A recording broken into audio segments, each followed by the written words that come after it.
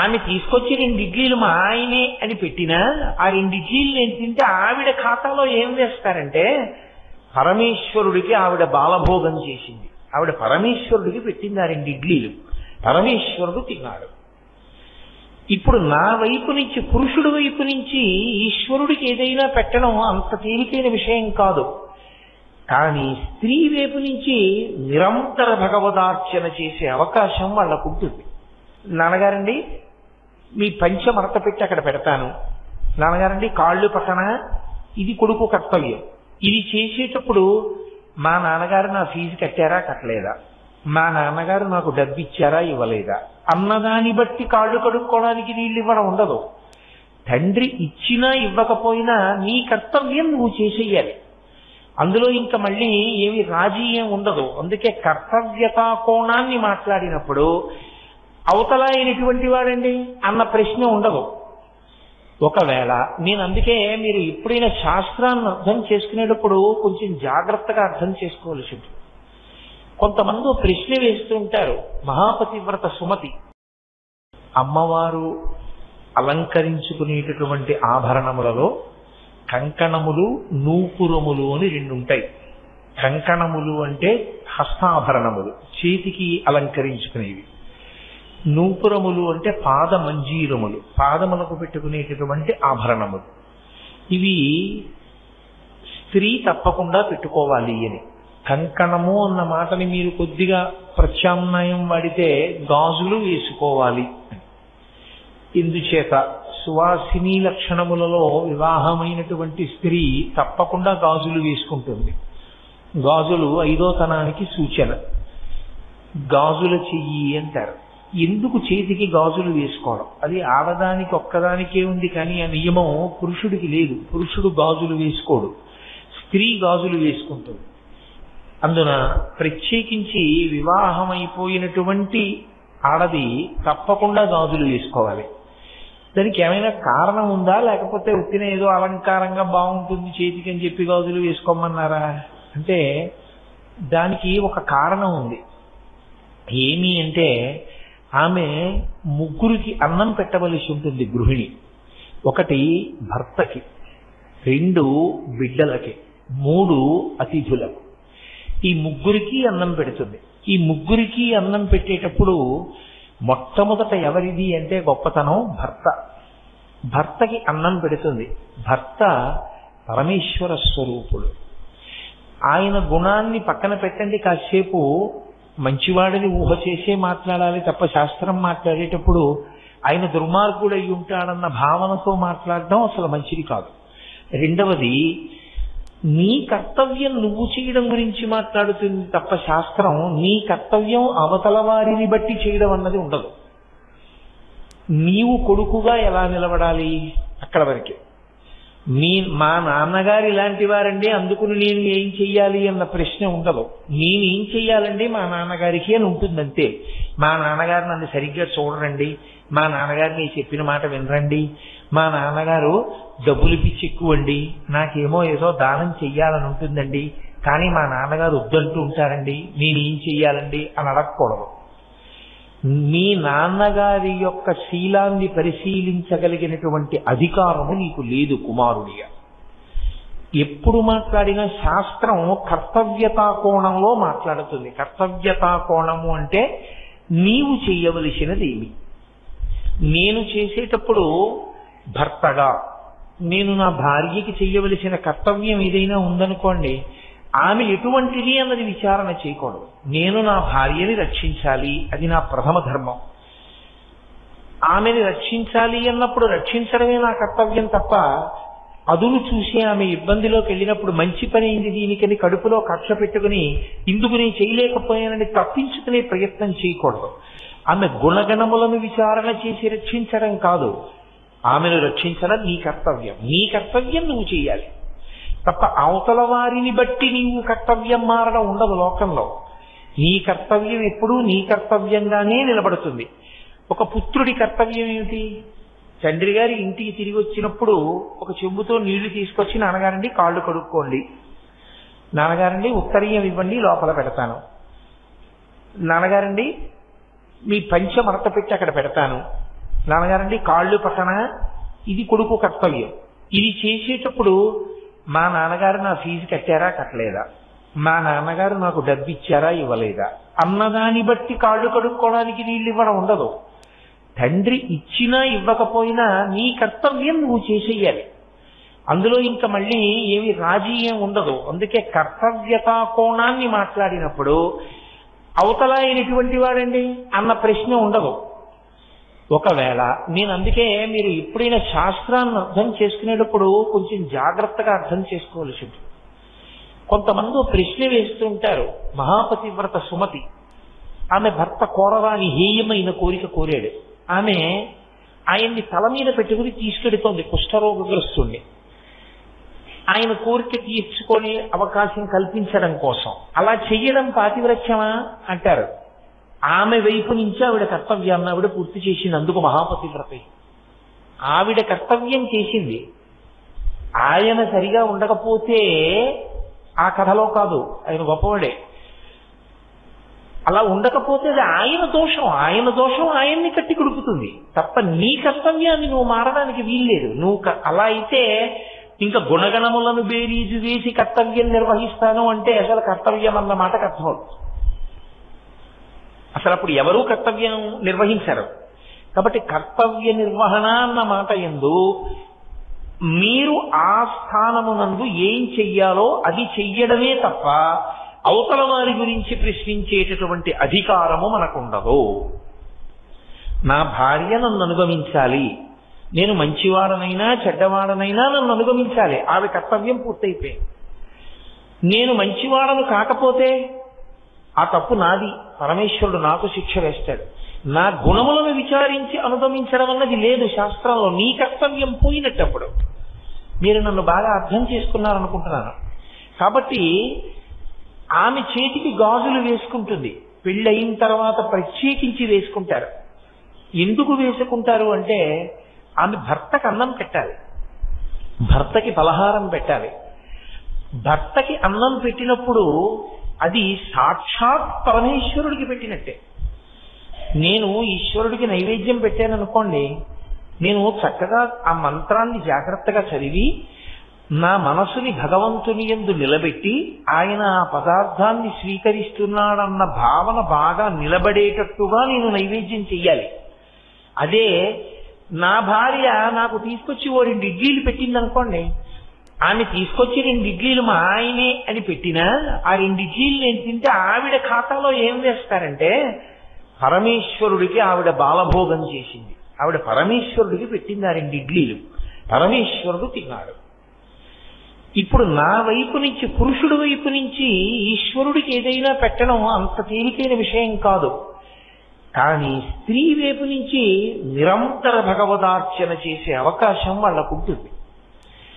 పురుషుడు మీరు చూడండి, చేతికి ఉంగరం లేకుండా ఆచమనం చేయకూడదు, చేతికి ఉంగరం లేకుండా యజ్ఞయాగాది క్రతువులలో హవిస్సులు ఇవ్వకూడదు. అందుకే ఏదీ లేకపోతే ఉంగరం దర్భ ముడివేసి వేలుకి చుడతారు, పవిత్రం అంటారు. అది పెట్టుకుని చెయ్యాలి. అసలు ఉంగరం లేకుండా ఉండకూడదు. ఎందుకంటే ఉంగరం లేకుండా ఆచమనం చేస్తే నెత్తురు ఆచమనం చేసినట్టు. అందుకని పురుషుడు ఉంగరంతోనే ఉండాలి. ఆ ఉంగరం బంగారమే ఉండాలని ఏం లేదు, బంగారం ఉంటే చాలా మంచిది. ఎందుచేత అంటే బంగారము విలువైనదని కాదు అక్కడ అర్థం, బంగారము శివవీర్యం. ఆ కారణం చేత బంగారానికి కొంత పవిత్రత, కొంత విశేష శక్తి ఉంది. అందుకని బంగారం ధరిస్తారు. ఒకవేళ బంగారం లేకపోతే బెంగ పెట్టుకోమని చెప్పలేదు. ఇంచుమించుగా దానితో సమానమైనది రాగి. రాగి ఉంగరాన్ని పెట్టుకోవచ్చు, పెట్టుకుని ఆచమనం చేయాలి. ఆచమనం చేసేటప్పుడు పురుషుడికి ఉంగరం ఉండాలనేటటువంటిది ఎలా నిబంధనయో, స్త్రీకి వివాహానంతరము గాజులు వేసుకుని ఉండి తీరాలి. ఎందుకని అంటారేమో, నీవు వడ్డిస్తున్నది పరమేశ్వరుడికి అయినప్పుడు అంత గొప్ప భాగ్యం ఒకటి పరమేశ్వరుడు నీకు ఇచ్చాడు, ఇతరులకు లేదు. ఎంతకాలము నీవు జీవించి ఉన్నావో అంతకాలము నువ్వు పరమేశ్వరారాధన చెయ్యగలవు, పరమేశ్వరుడికి బాలభోగం చేయగలవు, పరమేశ్వరుడికి మహానైవేద్యం చెయ్యగలవు, పరమేశ్వరుడి కాళ్ళు పట్టగలవు. నేను పరమశివుడి కాళ్ళు పట్టాలి అని అనుకున్నాను అనుకోండి, నేను ధ్యానమునందు నా మనసు కదలకుండా నిలబెట్టి కాళ్ళు పట్టాలి. నా భార్య పరమేశ్వరుడి కాళ్ళు పట్టాలనుకుందనుకోండి, నేను పడుకునుండగా వచ్చి నా కాళ్ళు పడితే పరమశివుడి కాళ్ళు పట్టినట్టే ఆమె ఖాతాలో వేసేస్తాడు. ధర్మశాస్త్రం అంతే. నేనేమి మీతో అబద్ధం మాట్లాడటం లేదు, నేను శాస్త్రమే మాట్లాడుతున్నాను. కాబట్టి ఇప్పుడు ఏమవుతుందంటే, ఒక ఆడదానిగా ఆమె ఏది చేస్తోందో భర్తకి అవన్నీ పరమేశ్వర సేవల కిందే తీసుకుంటారు. పరమేశ్వరునికి సేవ చేసేటప్పుడు మనసు కూడా అంత పవిత్రంగా, అంత ప్రేమతో నేను చేస్తున్నానని చెప్పడానికి ఉత్తి బోడి చేత్తో చెయ్యడం కుదరదు. కాబట్టి పురుషుడు పవిత్రం ఎలా పెట్టుకుంటాడో అలా స్త్రీ గాజులు వేసుకుని పెడుతుంది. ఆ చేతి గాజులు ఘల్ ఘల్ అంటుంటాయి వేస్తున్నప్పుడు. అది అలంకృతమైనటువంటి హస్తము. ఆ చేతికి ఒక మర్యాద. ఆ గాజులతో వడ్డిస్తోంది అంటే ఆమె పరమేశ్వరుడికి వడ్డించగలిగినటువంటి అదృష్టాన్ని పొందింది కాబట్టి, ఆ చెయ్యి అంత గొప్ప పని చెయ్యగలుగుతోంది కాబట్టి ఆ అదృష్ట సూచనగా గాజులతో వడ్డిస్తుంది. అది భర్త ఏ కారణం చేతనైనా శరీరం వదిలిపెట్టేసిన స్త్రీ అనుకోండి, ఆమె శరీరంతో ఉన్న ఆమెకు ఆ భాగ్యం ఆగిపోయింది. ఇక ఆమెకు ఆ భాగ్యం లేదు. ఆమె పరమేశ్వరుడికి బాలభోగం చేయలేదు. పరమేశ్వరుడికి ఆమె మహానైవేద్యం చెయ్యలేదు అంటే భర్త రూపంలో పెట్టలేదు. పరమేశ్వరుడికి కాళ్ళు పట్టినట్టు పట్టలేదు. కాబట్టి ఇప్పుడు ఆమె చేతికి ఆ అధికారం పోయింది, అదృష్టం పోయింది. ఇప్పుడు అలా చేసుకునే అవకాశం లేదు. కాబట్టి ఆమె గాజులు వేసుకోదు. గాజులు ఉన్నాయి అంటే ఒక సువాసిని వేసుకోకపోతే అదొక దారుణమైన విషయం. ఆమెకి తన చేతికి ఉన్న వైభవం ఏమిటో అర్థం కాలేదు. పరదేవత ఎంత గొప్పగా ఆమెని అనుగ్రహించిందో ఆ అనుగ్రహాన్ని ఆమె తెలుసుకోలేకపోయింది అని గుర్తు. అమ్మవారు ఏది చేస్తున్నా మీరెప్పుడూ ఒకటి గుర్తుపెట్టుకోవాలి. శంకరాచార్యుల వారు ప్రత్యేకించి అమ్మవారి గురించి మాట్లాడేటప్పుడు మొట్టమొదట ఆయన దృష్టిలో పెట్టుకుని మాట్లాడేది ఏది అంటే, ఆమె చేసినదేదో అది లోకములకు ఆదర్శమవుతుంది ఆచారంగా. ఆ తల్లి మొట్టమొదటి ఇల్లాలు. మీతో నేను 1కి 10 మార్లు మనవి చేస్తున్నాను. వాళ్ళది ఆది కుటుంబం, మొట్టమొదటి కుటుంబం. ఆమెయే మొదటి ఇల్లాలు లోకంలో. అయినప్పుడు ఆమె ఏది చేస్తోందో అది లోకమునకు ఆచరణీయమవుతుంది, ఆదర్శమవుతుంది. కాబట్టి ఆ తల్లి భర్తని అనుగమిస్తోంది పతివ్రతగా అని చెప్పడానికి వేటిని ఆధారంగా తీసుకోవాలో, అన్యోన్యతకి ఏది ఉదాహరణగా నిలబడుతుందో దాన్ని శంకరాచార్యుల వారు ఆవిష్కరిస్తారు. అందుకని జనత్పణకంకణ నూపురాయి, జనత్ అన్న శబ్దంతో కణత్ అన్న శబ్దంతో ఆమె కంకణములు నూపురములు ధ్వని చేస్తున్నాయి. ధ్వని చేస్తున్నాయి అన్న మాటకు అర్థం ఏంటి? ఎప్పుడు ధ్వని చేస్తాయి? ఇలా ఉండిపోయింది అనుకోండి ఆవిడ, అయితే ఇలా ఉండిపోయింది అనుకోండి, అప్పుడు ధ్వని చేయదు ఇంకా. ఎందుకంటే చెయ్యి కదలదు. చెయ్యి కదలకుండా ఇలా ఉండిపోతే ఏదో అభయముద్రో వరదముద్రో పట్టిందనుకోండి, అప్పుడు ఆ చెయ్యి కదలవలసిన అవసరం లేదు. కదలవలసిన అవసరం లేకపోతే అప్పుడు పరదేవతా స్వరూపంగా నిలబడినట్టు.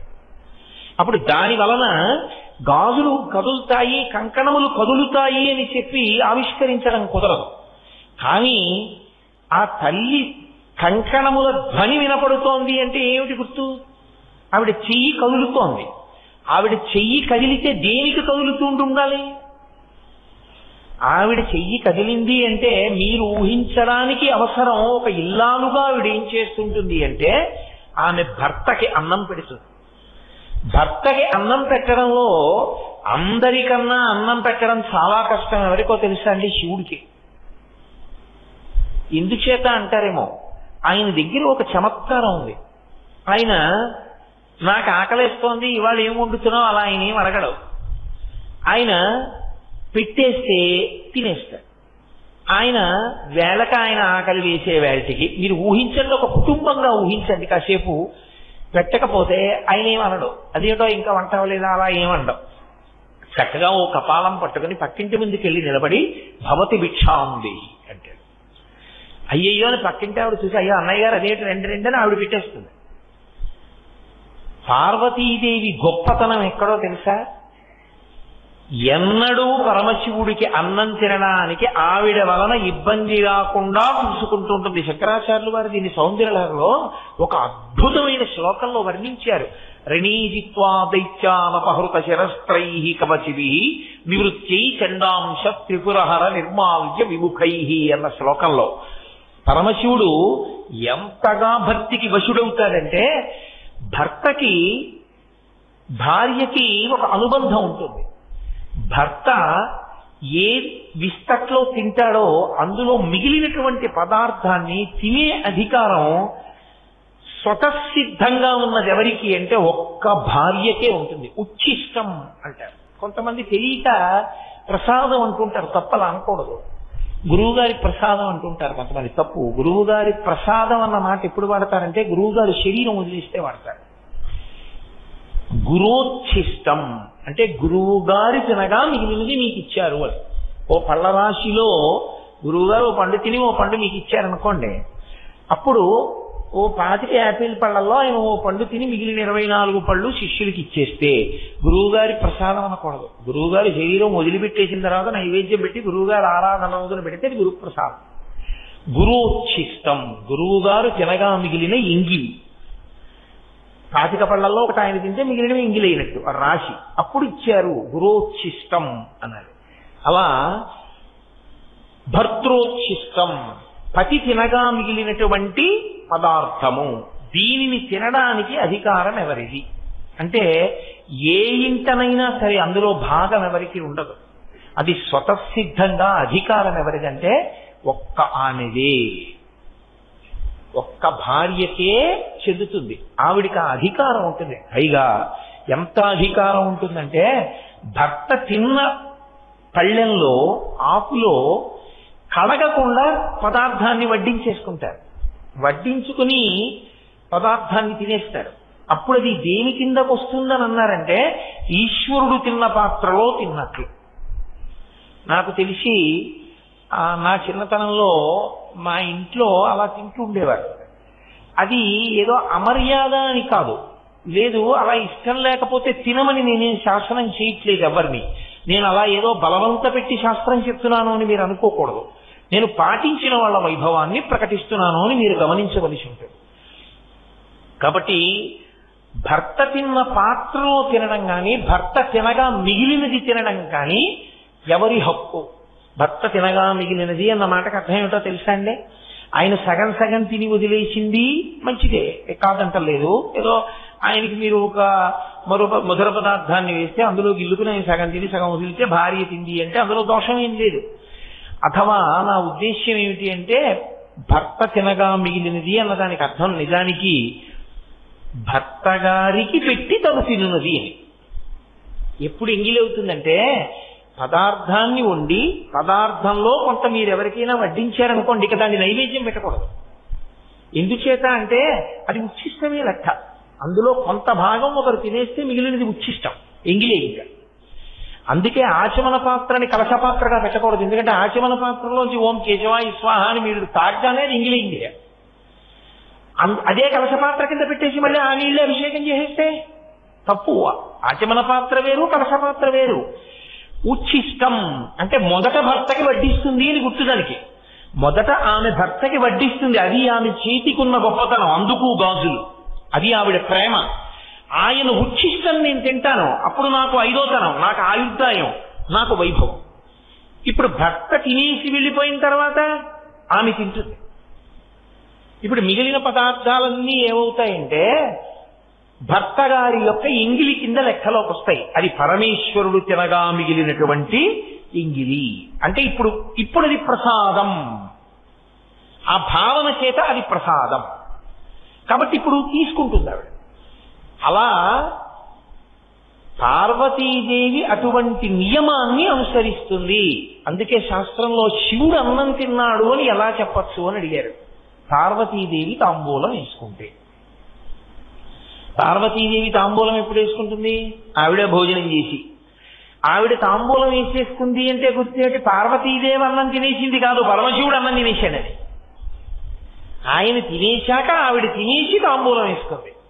అలా ఎందుకు చేసుకోవడం అంటే సువాసిని తాంబూలం వేసుకోకుండా ఉండకూడదు, తాంబూల చర్వణం చెయ్యాలి తప్పకుండా. కాబట్టి తాంబూలం వేసుకుంటుంది ఆవిడ. మీకు ఇవన్నీ ఏవి ఉత్తినే వచ్చాయి అనుకోకండి, ఇవన్నీ పరమ యథార్థమైనటువంటి ధార్మిక విషయాలు. అందుకని ఇప్పుడు ఆవిడ చేతి జనత్వనత్కంకణను పురాయై, శంకరాచార్యుల వారు అమ్మవారి యొక్క కంకణముల వెనక ఎంత చెప్తున్నారంటే ఆయన చెప్పకుండా ధ్వనిని చెప్తున్నారు. ధ్వని చెప్పలేదనుకోండి, ఆమె చేతికి కంకణములు కదలకుండా ఉన్నాయి అంటే ఆమె ముద్ర పట్టి పరదేవతగా ఉంది. పరదేవతగా మాట్లాడటం లేదు, ఇప్పుడు అన్యోన్య దాంపత్యంగా అర్ధనారీశ్వర స్వరూపంగా చెప్తున్నారు. అర్ధనారీశ్వర స్వరూపంగా ఉన్నప్పుడు ఆమె ఆయనని ఎలా అనుగమిస్తోందో చెప్పకుండా చెప్పడం. ధనొస్తోందంటే చేయి కదులుతోంది, చేయి కదులుతోందంటే ఆయనకి అన్నం పెడుతుంది, అన్నం పెడుతోందంటే పందినేసి పెట్టడం, ఆయనతో కలిసి కూర్చుని తింటూ పెట్టడం అలా ఉండదు. ఆయనకి పెట్టి తాను తింటు. నేను శాస్త్రం ఒక్కటే చెప్తున్నాను, నేను ఇలా చెయ్యాలి అని అంటలేదు. అలా చెయ్యాలని నేర్చుకుంటే సంతోషిస్తాను. అలా చెయ్యని వాళ్ళని మీరు ఎవరైనా చెయ్యరా అని అడిగి విమర్శిస్తానని మాత్రం మీరు అనుకోవద్దు. అది నా లక్ష్యం కాదు. నా లక్ష్యం ఉన్నది ఉన్నట్లు మాట్లాడడం ఒక్కటే, అంతే, అంతవరకే. కాబట్టి ఆమె ఇప్పుడు భర్తకి అన్నం పెట్టింది, అంత అందంగా అన్నం పెట్టింది అంటే తన అదృష్టమేమో తాను తెలుసుకుంది. ఆ చేతికి గాజులు ఎందుకు వేసుకోవాలో వేసుకుని అన్నం పెట్టింది. రెండవది ఎవరికి పెడుతుంది? బిడ్డలకి పెడుతుంది. బిడ్డలంటే నాకంటే ఏదో ఇద్దరు పిల్లలు, నా భార్య వాళ్ళిద్దరికీ పెడుతుంది. అమ్మవారు ఎవరికి పెడుతుంది? ఆవిడ ఎవరికి పెట్టాలి అన్నం పెడితే? గణపతికి, సుబ్రహ్మణ్యుడికా? ఆవిడ ఆ బ్రహ్మకీట జనని, ఆవిడ సమస్త జీవులకు ఆవిడ తల్లి. కాబట్టి ఇప్పుడు ఆవిడ అన్నం ఎవరికి పెడుతుంది? మనందరికీ ఆవిడే పెడుతుంది. మనందరికీ అన్నం పెట్టడం అంటే ఆవిడ చేతి గాజుల గలగల ఆగుతుందా అసలు? మిగిలిన ఏ ఇంట్లోనైనా ఇల్లాలి గాజుల చప్పుడు ఆగుతుంది, కొంతసేపు పడుకుంటుంది. అమ్మవారి యొక్క గాజుల చప్పుడు ఆగే అవకాశం ఉంటుందా? ఉండదు. తల్లి పెడుతూనే ఉంటుంది. అది ఆవిడ ఔదార్యం, ఆవిడ కారుణ్యం. అప్పుడు ఆమె ఎవరు? అన్నపూర్ణ. ఇది తెలుసుకోమని శంకరాచార్యుల వారి ఉద్దేశం. ఆమె కేవలము శివుని ఇల్లాలుగానే కాదు, నీకు తల్లిగా ఇప్పుడు అన్నపూర్ణ స్వరూపంగా నిలబడింది. అన్నపూర్ణ స్వరూపంగా ఇప్పుడు ఆవిడ ఏం చేస్తుంది? కరువు లేకుండా చూస్తుంది. మీరు దీన్ని చాలా జాగ్రత్తగా పట్టుకోలేదు. శంకరులు ఒక మాట అన్నారంటే లోపల చాలా నిగూఢమైనటువంటి భావం ఉంటుంది. కరువు వచ్చిందండి అన్నాను అనుకోండి, నేను ఆ ఊళ్ళో కరువు వచ్చిందండి అన్నాను. ఆ ఊళ్ళో కరువు వచ్చిందండి అంటే పత్తిక, బట్టక, జనుముక, నువ్వులుక, వేపాక్క అని అడుగుతారా? కరువు వచ్చిందండి అంటే తినడానికి లేదంటారా? కరువు అన్న మాట నేను పక్కన ఏమీ కలపకుండా చెప్పాను అనుకోండి, కరువు వచ్చింది అన్నాను. దేనికి కరువు వచ్చినట్టు? అన్నానికి కరువు వచ్చిందని అర్థం. మనకి తినడానికి గింజలు లేకపోతే పశువుకు తినడానికి గడ్డి లేదు కాదు, అందరికీ కరువు వచ్చింది. కరువు వచ్చింది అంటే ఎవరికి కరువు వచ్చింది? ఏది కరువు వచ్చింది? ఈ రెండు ఉండవు. కరువు వచ్చింది అంటే అందరికీ కరువు వచ్చింది, అన్నమే కరువు వచ్చింది. అదొకటి కరువు వచ్చి మిగిలినవి ఎన్ని సమృద్ధిగా ఉన్నా ఉపయోగం ఉండదు. మీరు గమనించండి, బోలెడన్ని బట్టలు ఉన్నాయి, బోలెడన్ని నగలున్నాయి, కావలసినంత పెట్రోల్ ఉంది, బోలెడన్ని కార్లు ఉన్నాయి, అన్నమే లేదు. ఏమైనా ఉపయోగం ఉందా? ఏమీ ఉపయోగం లేదు. అది ఏమీ లేవు, అన్నం ఉంది. చాలా బతుకుతాడా? బతుకుతాడు. కరువు లేకుండా చెయ్యగలిగిన తల్లి అన్నపూర్ణమ్మ. అన్నపూర్ణ అంటే చాలా మంది ఏమంటారంటే అన్నం పెట్టే తల్లి అనుకుంటారు. అన్నం పెట్టే తల్లి అని వదిలేయడం కాదు, కరువు లేకుండా చెయ్యగలిగిన తల్లి అన్నపూర్ణమ్మ తల్లి. ఇప్పుడు అన్నం పెట్టే తల్లి అన్నాను అనుకోండి, ఏమిటండి మీకు అభ్యంతరం అంటారేమో. ఇప్పుడు నేను ఉద్యోగం చేస్తున్నానండి, నాకేదో కొంత జీతం వస్తుంది. కాబట్టి ఒకవేళ దేశంలో కరువు వచ్చినా నేను కనీసం ఒక పూట అన్నం తినడానికి కావలసినంత జీతం నాకు వచ్చేస్తుంది. ఒక పూట అన్నం తినడానికి కూడా లేక చచ్చిపోయే వాళ్ళు చాలా మంది అయిపోతారు నేను ఒక పూటే తింటే. నేను ఒక పూట అన్నమే తినే రోజు వచ్చిందనుకోండి, దేశంలో చచ్చిపోయే వాళ్ళ సంఖ్య చాలా వచ్చేసిందని గుర్తు. ఒక కేంద్ర ప్రభుత్వోద్యోగినై ప్రతి నెల కొన్ని వేల రూపాయల జీతం పుచ్చుకునే నేను ఒక్క పూట అన్నమే తినగలిగితే ఇక నాకన్నా చాలా కింద స్థాయిలో ఉండే కొన్ని వేల మంది బ్రతుకు ఏమైపోయిందని గుర్తు. అందుకని అన్నం తినడం ప్రధానం కాదు. అన్నం పెడుతుంది అంటే ఎవరన్నం తిన్నట్టు అన్న ప్రశ్న వస్తుంది. కరువు రాకుండా చూస్తుంది. కరువు రాకుండా చూడటము అన్న మాటలో మళ్ళీ ఏ అర్థం ఉంటుంది అంటే, మీరు వేసినటువంటి గింజలు మొక్కలుగా పెరగడానికి వీలైన రీతిలో వర్షం కురవడం, వీలైన రీతిలో గాలి వీచడం, వీలైన రీతిలో వాతావరణం ఉండడం, క్రిమికీటకాదులు పెరిగిపోకుండా ఉండడం, మీరు కోతలు కోద్దామనుకున్న వేటికి అకాలపు వర్షాలు పడిపోయి పంట నాశనం అయిపోకుండా ఉండడం, తెచ్చిన దాన్ని గాజలో పెట్టిన దాన్ని మళ్లీ పంట వచ్చేంత వరకు హాయిగా వండుకుని తిని సుఖంగా ఉండగలగడం, ఇదంతా చూసే తల్లికి అన్నపూర్ణమ్మని పేరు. అందుకే శంకర భగవత్పాదుల కవిత్వం అంటే అలా ఉంటుంది. శంకరులు అన్నపూర్ణాష్టకం చేశారు.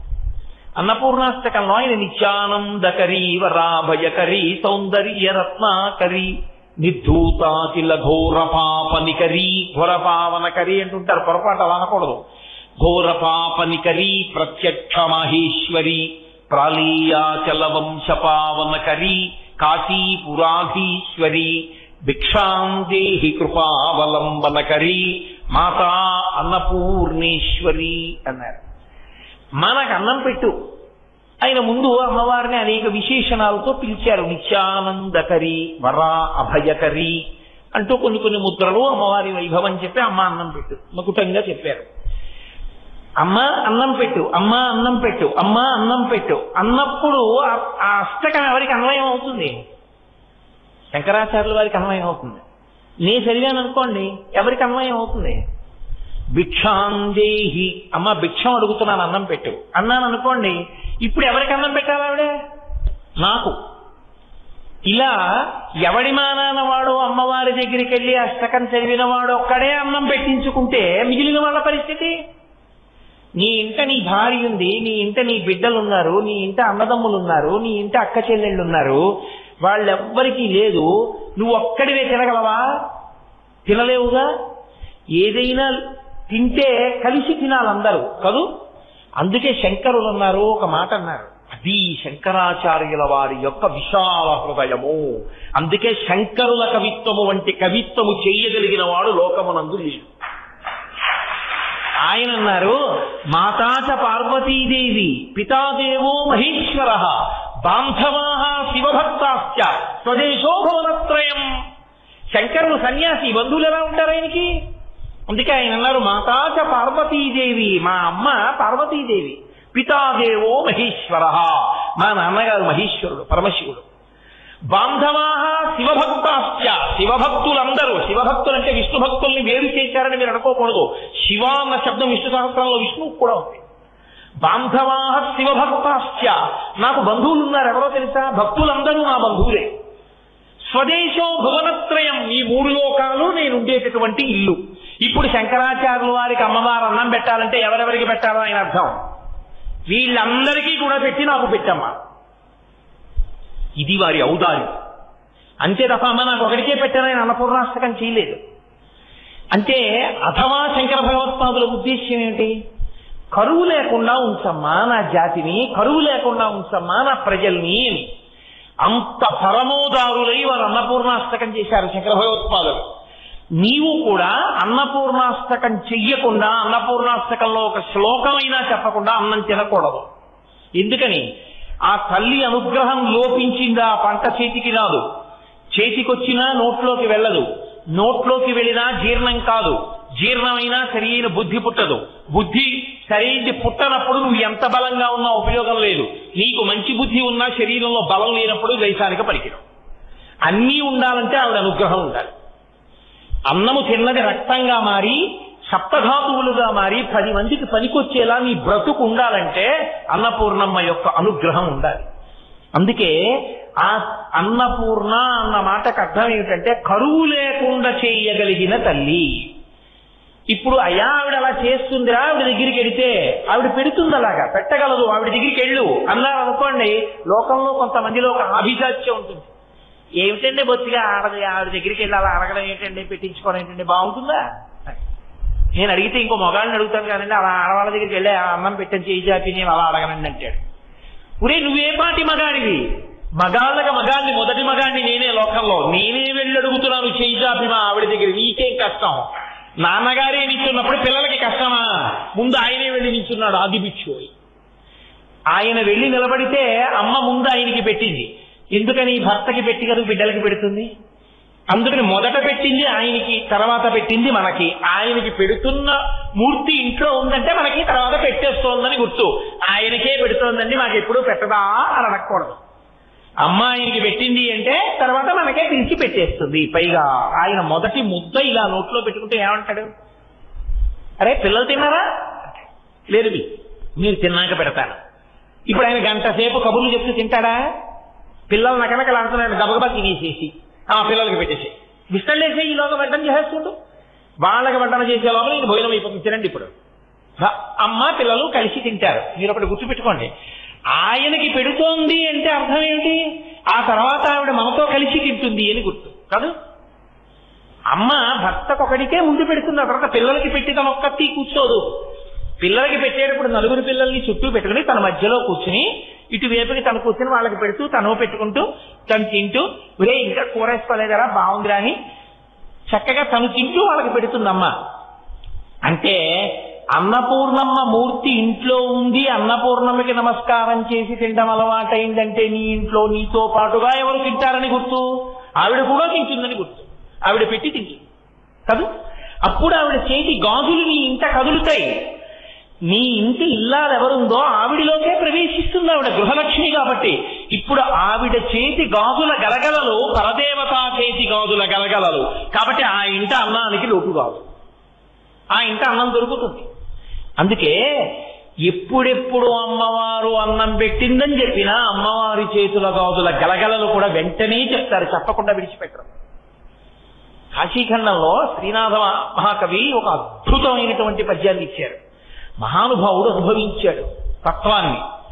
వ్యాస మహర్షి కాశీలో అన్నం దొరకలేదు. అన్నం దొరకలేదంటే దొరకక కాదు, కాశీపట్టణం ఒక్క దాంట్లోనే ఒక విచిత్రమైన ఆచారం ఉంది. మీరు ఎప్పుడైనా చూశారో లేదో, కాశీపట్టణంలో ఎవరి ఇంట్లోనైనా ఎవరైనా చనిపోయి శవం ఇంట్లో ఉన్నా సరే ఎవరైనా వచ్చి అన్నం అడిగితే పెట్టేస్తారు అక్కడ.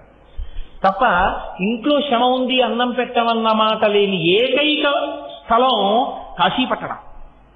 కాశీపట్టణంలో అన్నం దొరకకపోవడం అన్నది ఉండదు. కాశీలో ఎక్కడో అక్కడ మీకు అన్నం పెట్టేస్తారు ఎవరో. అది కాశీపట్టణానికి ఉన్న వైభవం అసలు. అందుకంటే అన్నపూర్ణ తిరుగుతుంది మధ్యాహ్న వేళ ఆవిడ. అటువంటి కాశికాపట్టణంలో పరమశివుడు నియమం విధించాడు, వ్యాసుడికి అన్నం దొరకకుండా చెయ్యి, చూస్తా ఎంత వైరాగ్యంతో నిలబడతాడో అన్నాడు. అన్నం దొరకకపోయేసరికి వ్యాసుడికి ఎక్కడ లేని కోపం వచ్చి కాశీపట్టణాన్ని శపించబోయాడు.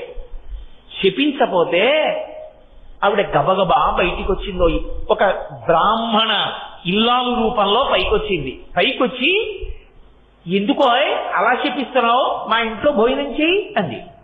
మీరు కొంచెం జాగ్రత్తగా గమనించండి, ఆవిడ మామూలుగా ఇలా పిలిచి ఎందుకంటే అంత కోపం, రండి మా ఇంట్లో భోజనం పెడతాను అందనుకోండి, గాజులు ఏం పెద్ద గల్ గల్ గల్ గల్ అనవు. ఇలా అంటే ఏమంటాయి పెద్ద, మా ఇంట్లో భోజనం చేయండి అంటే ఏమనవు. కానీ ఆకలితో ఉన్నవాడిని చూసి ఆవిడ ఊరుకోదు. అందుకే శ్రీనాథుడి నోటి వెంట వచ్చిన పద్యం ఏం పడిందో తెలుసా అండి? ఆయన అన్నాడు, వేద పురాణ శాస్త్ర పదవీ నదవీయసి అయిన పెద్ద ముత్తైదువా, కాశికానగర హాటక పీఠ శిఖాభిరూఢ అయి ఆదిమశక్తి సంయమీవరా ఇటు రమ్మని హస్త సంజ్ఞాదరలీల చేసే రత్న కటకాభరణంబులు కల్లు కల్లనం అన్నాడు. ఇలా చేయబెట్టి రండి అనలేదుట. ఆకలితో ఉన్నవాడిని చూస్తే అమ్మ మనసు కొట్టుకుపోయి, ఎవరావిడ? ఆ తల్లి వేద పురాణ శాస్త్ర పదవీ నదవీయసి అయిన పెద్ద ముత్తైదువా. ఆవిడ పెద్ద ముత్తైదువా. ఆవిడ ఐదో తనానికి లోటు రావడం అన్న మాటే లేదు లోకంలో.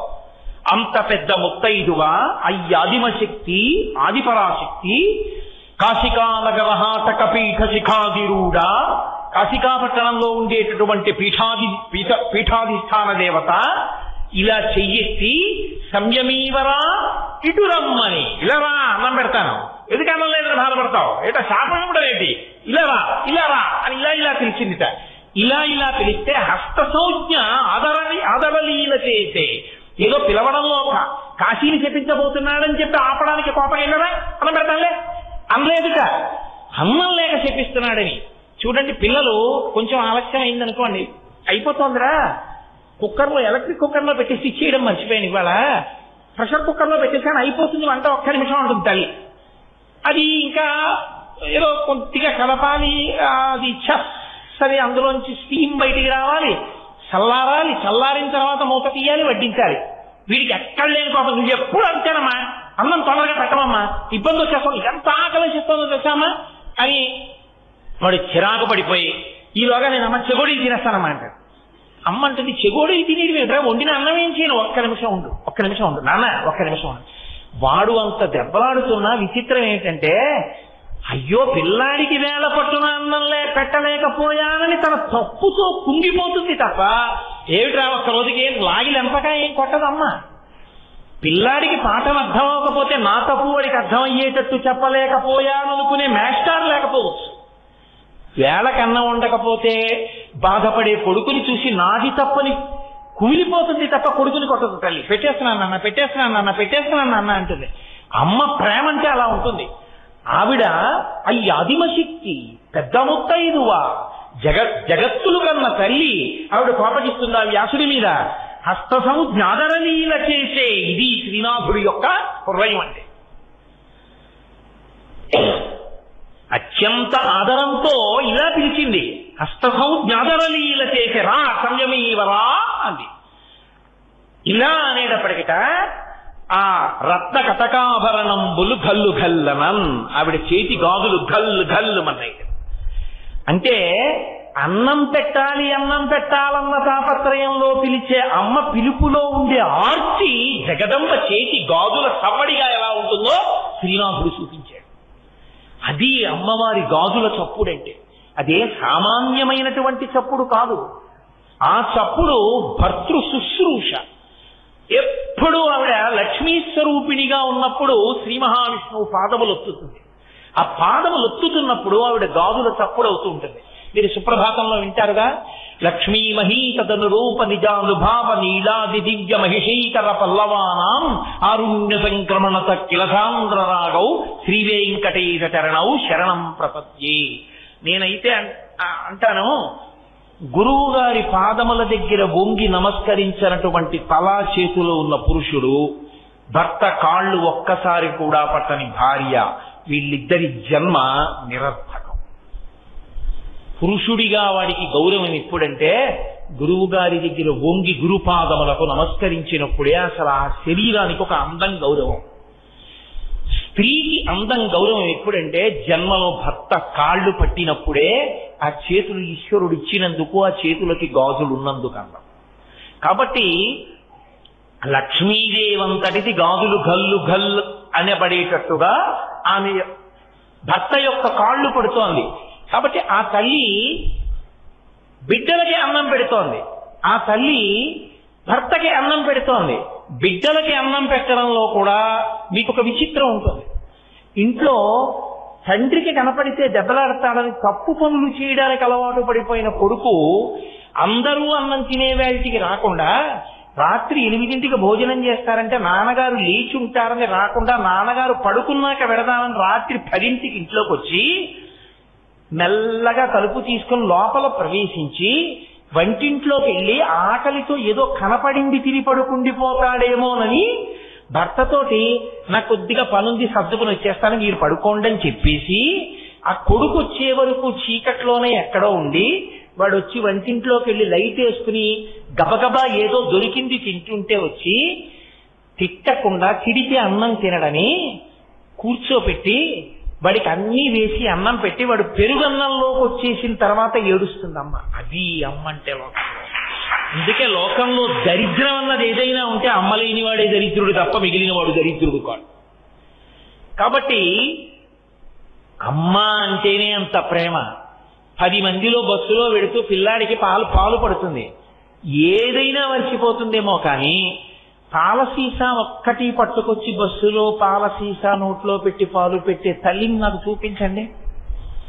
ఆ పాల సీసాకి ఒక రంగు గుడ్డ ఒకటి పైన గలీబు కింద కట్టేస్తుంది. ఎందుకని? అందులో ఎన్ని పాలున్నాయో చూస్తే పిల్లాడు తాగిన ఇన్ని పాలని ఎవరి కనురాపు తగులుతుందో అని ఓ గలీబు తొడిగి పాలు పట్టేస్తుంది తప్ప అందరికీ తెలిసేలా ఎన్ని పాలు తాగాడో తెలియకుండా చూసుకుంటుంది అది అమ్మ. నువ్వు ఏం చేశావని నీకు పట్టింది ఆ రోజున? ఆ అమ్మని అమ్మాని పిలిచి అమ్మకి నమస్కరించని బ్రతుకొక బ్రతుక. ఇక అమ్మకి కజ్జినం పెట్టని వాడు, అమ్మకి అన్నం పెట్టని వాడు, వీళ్ళిద్దరిని నమ్మి ఎలా స్నేహం చేస్తాను? అంత చేసిన తల్లినే చూడని వాడిని నేను నమ్మనా? వాడిని దగ్గర పెట్టుకోనా? వాడు నాకు చేస్తాడా? వాడు నా పక్కన సరిగా ఉంటాడని ఏం నమ్మకం?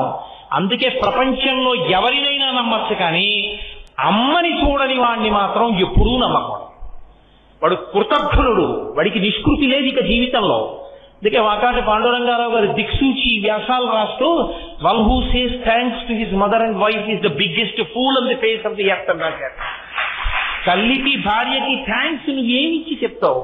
ఎక్కడో పుట్టిన పిల్ల ఇంటి పేరు వదిలేసింది, వంశం వదిలేసింది, తల్లిదండ్రులను వదిలేసింది, తన వాళ్ళను వదిలేసింది, నిన్ను నమ్మి సముద్రాలు దాటి దేశాలు దాటి వెళ్ళిపోయి నీతో ఉండి నీ తేజస్సుని తను పుచ్చుకుని నీ ఇంటి పేరుతో కొడుకుని కంది. తన తండ్రి ఇంటి పేరు అనలేదు, తన తల్లి ఇంటి పేరు అనలేదు, మామగారికి మనవణ్ణిచ్చానండి. అటువంటి భార్యకి నువ్వు ఏమిచ్చి థ్యాంక్స్ చెప్తావు? అసలు ఆమెకి థ్యాంక్స్ అన్న మాట చెప్పడం కుదురుతుందా? కుదరదు.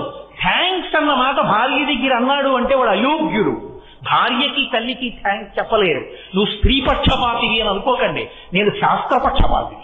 నేను ఉన్న యథార్థం మాట్లాడుతున్నాను.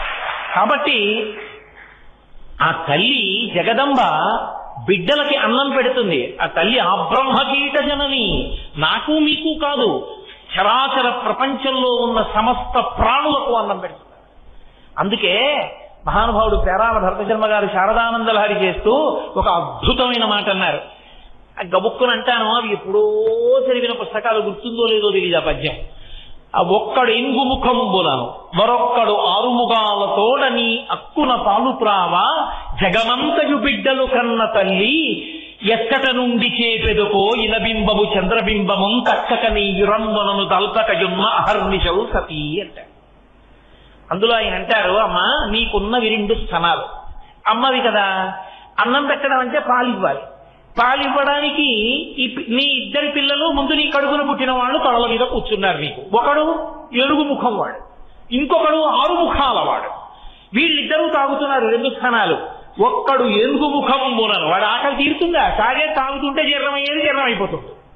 ఇంకొకడు 6 ముఖాల వాడు, వాడు ఒక ముఖంతో తాగుతాడు, 2వ ముఖం పెడతాడు, 3వ ముఖం పెడతాడు, 4వ ముఖం పెడతాడు, 5వ ముఖం పెడతాడు, 6వ ముఖం పెడతాడు. 6వ ముఖానికి తృప్తి వచ్చేప్పుడు 1వ ముఖానికి ఆకలి మళ్ళీ తాగుతుంటాడు. ఇంకా మాకెప్పుడు అన్నం పెడతామమ్మా? ఒక్కడు 7 ముఖంబులను మరొక్కడు 6 ముఖాలతోడ జగమంతయు బిడ్డలు కన్న తల్లి నేడెక్కడ నుండి చేపెదకో, మాకెప్పుడు పెడతామమ్మా అన్నం అని పిల్లలు అంటారేమో. మేము మాత్రం పిల్లలం కామా అంటామేమోనని ఆవిడ ఏం చేసిందంటేట, ఇనబింబము చంద్రబింబము తక్కక నీవు రంబలను దాల్చిన అహర్నిశం సతి. ఆవిడ సూర్యబింబాన్ని చంద్రబింబాన్ని రెండింటినీ తన స్థానంలో ఉంచుకుంది.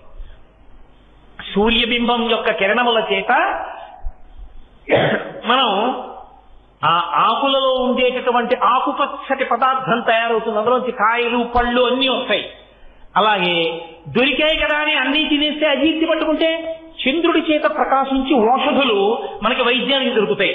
అందుకని పిల్లలు ఎక్కువ తింటే వైద్యం చేయడానికి ఓషధుల్ని ప్రకాశింపజేయడానికి చంద్రుణ్ణి, అందరికీ అన్నం దొరకడం కోసం చెట్లు పంటలు పెరగడానికి సూర్యుణ్ణి, ఇద్దరినీ తన యొక్క స్థలములుగా పెట్టుకుని మన అందరికీ కూడా అమ్మే అన్నం పెడుతోందన్నారు పేరాల భరతశర్మ గారు. కాబట్టి ఆ తల్లి బిడ్డలందరికీ అన్నం పెట్టే తల్లి. కాబట్టి ఎప్పుడు ఇలా పట్టుకుని ఉంటుంది. కేవలం అన్నం పెట్టడం కాదు, అమ్మా అని పిలిస్తే చాలట, కోరిక తీరుస్తుంది. అభయం అంట. అమ్మా అన్నాడు అనుకోండి, ఎంత నిర్భయత్వం. ఏమి తెలుసు పసిగుడ్డుకి? రైల్లో స్లీపర్ క్లాస్ లో వెళ్ళిపోతుంటాడు మంచి రోహిణీ కార్తీ. ఆ మిడిల్ బెర్త్ వాడు అప్పర్ బెర్త్ వాడు గాలి ఇట్లేదని కిటికీలు పైకెత్తేస్తారు. లోయర్ బెర్త్ లో పడుకుంటుంది చంటి పిల్లాన్ని ఎట్టుకుని. వాడు ఇలా పొట్టలోకి దూరి దూరి దూరి దూరి పడుకుంటాడు. ఇట్నుంచి రైలు ఎడుతూ ఉంటుంది, అట్నుంచి రైలు పెద్ద కూట వేసుకుంటూ ఇలా వెళ్ళిపోతుంది. ఆ కోతకి రైలు చప్పుడికి గాఢ నిద్రలో ఉన్న పిల్లవాడు ఉలిక్కి పడతాడు. ఇంత నిద్రలో ఉన్న అమ్మ ఉలిక్కి పడిన ఆ పసిగుడ్డు మీద చెయ్యేసి ఇలా దగ్గరికి లాక్కుంటుంది. వాడికి ఏమర్థం అవుతుందో, అమ్మ కడుపు అమ్మ చెయ్యి తగలగానే వాడు నిర్భయత్వాన్ని పొంది మళ్ళీ నిద్రపోతాడు. అమ్మ చేతికి, అమ్మ కడుపుకి, అమ్మ ఒంటికి అంత శక్తి. అమ్మ అంటేనే రాశీభూతమైన నిర్భయత్వం. అమ్మ చెయ్యి తగిలితే అంత సంతోషం కలుగుతుంది. అటువంటి అమ్మ, ఆ తల్లి జగజ్జనని. అటువంటి తల్లి అమ్మా అని నిజంగా ఆర్తితో వెళ్ళి అడిగిన వాడు ఎవడి కోరిక తీర్చరు, అది వైదికమైతే ధార్మికమైతే. అందుకనిట కోరిక తీర్చడానికి ఆయుధ రూపంలో పెడుతుందిట. తినరా కొరకా ఉభౌ సర్వీ కుంభౌ మణిగణక సంభావిత గుణౌ తథానా పాణిభ్యామృతరస మృష్టాన్న కలితౌ కళాభ్యా కళ్యాణీ కలిత సదనా శ్రీ గిరతి శరసస్యతౌ భ్రమర్యం బారతీతు మదిష్టార్థ విభవం అంటారు. రచయితు మదిష్టార్థ విభవం, నా యొక్క కోరిక తీర్చడానికి ఆమె బంగారు పాత్ర చేతిలో పట్టుకుని మణిగణకసితమైన తెడ్డు పట్టుకుని పాయస రూపంలో వడ్డించి కోరిక తీరుస్తుంది. కాబట్టి ఆ తల్లి కామాక్షి. ఆవిడ ఏమి తీర్చలేదు కాబట్టి ఆమె కోరికలు తీరుస్తుంది. ఇక అతిథులకు, అసలు ఆవిడికి అతిథి అన్నవాడెవరు? ఆవిడ దగ్గర తినని వాడెవరు? ఎవరు? ఎక్కడ ఏది తిన్నా మా అమ్మ పెట్టిన భిక్షే, కొత్తగా తినడానికి ఏం ఉండదు. కాదు, లౌకిక మర్యాద యందు ఆలోచించినప్పుడు అతిథికి ఔపోసన కూడా భర్త పోసుకోవడానికి వీలుగా ఏర్పాటు చేస్తుంది. కాశీఖండంలో వ్యాసుడికి అన్నం పెట్టినప్పుడు అలాగే ఏర్పాటు చేసింది ఆవిడ. అలాగే ఏర్పాటు చేసి అన్నం పెట్టింది. కాబట్టి భర్తకి ఫలితం ఇప్పుడు ఇంటికి వచ్చినటువంటి వాడు భోజనానికి వచ్చాడు, అందుకే మా ఇంట్లో భోజనానికి రండి అనరు. మా ఇంట్లో భోజనానికి రండి అని పిలవడం ఏదో మీ క్షుద్బాధ తీరడానికి కాస్త అన్నం పెడతాను రండి అని పిలవడం. అందుకే భోజనానికి రండి అనరు. అయ్యా మా ఇంట్లో దేవతార్చన చేతులుగాని రండి అంటారు. ఆయన వెళ్ళి కూర్చుంటే పదార్థములన్నీ వడ్డించి ఔపోసన వడ్డిస్తారు. ఆఖరణ చేతిలో హస్తోదకం అని వేస్తారు.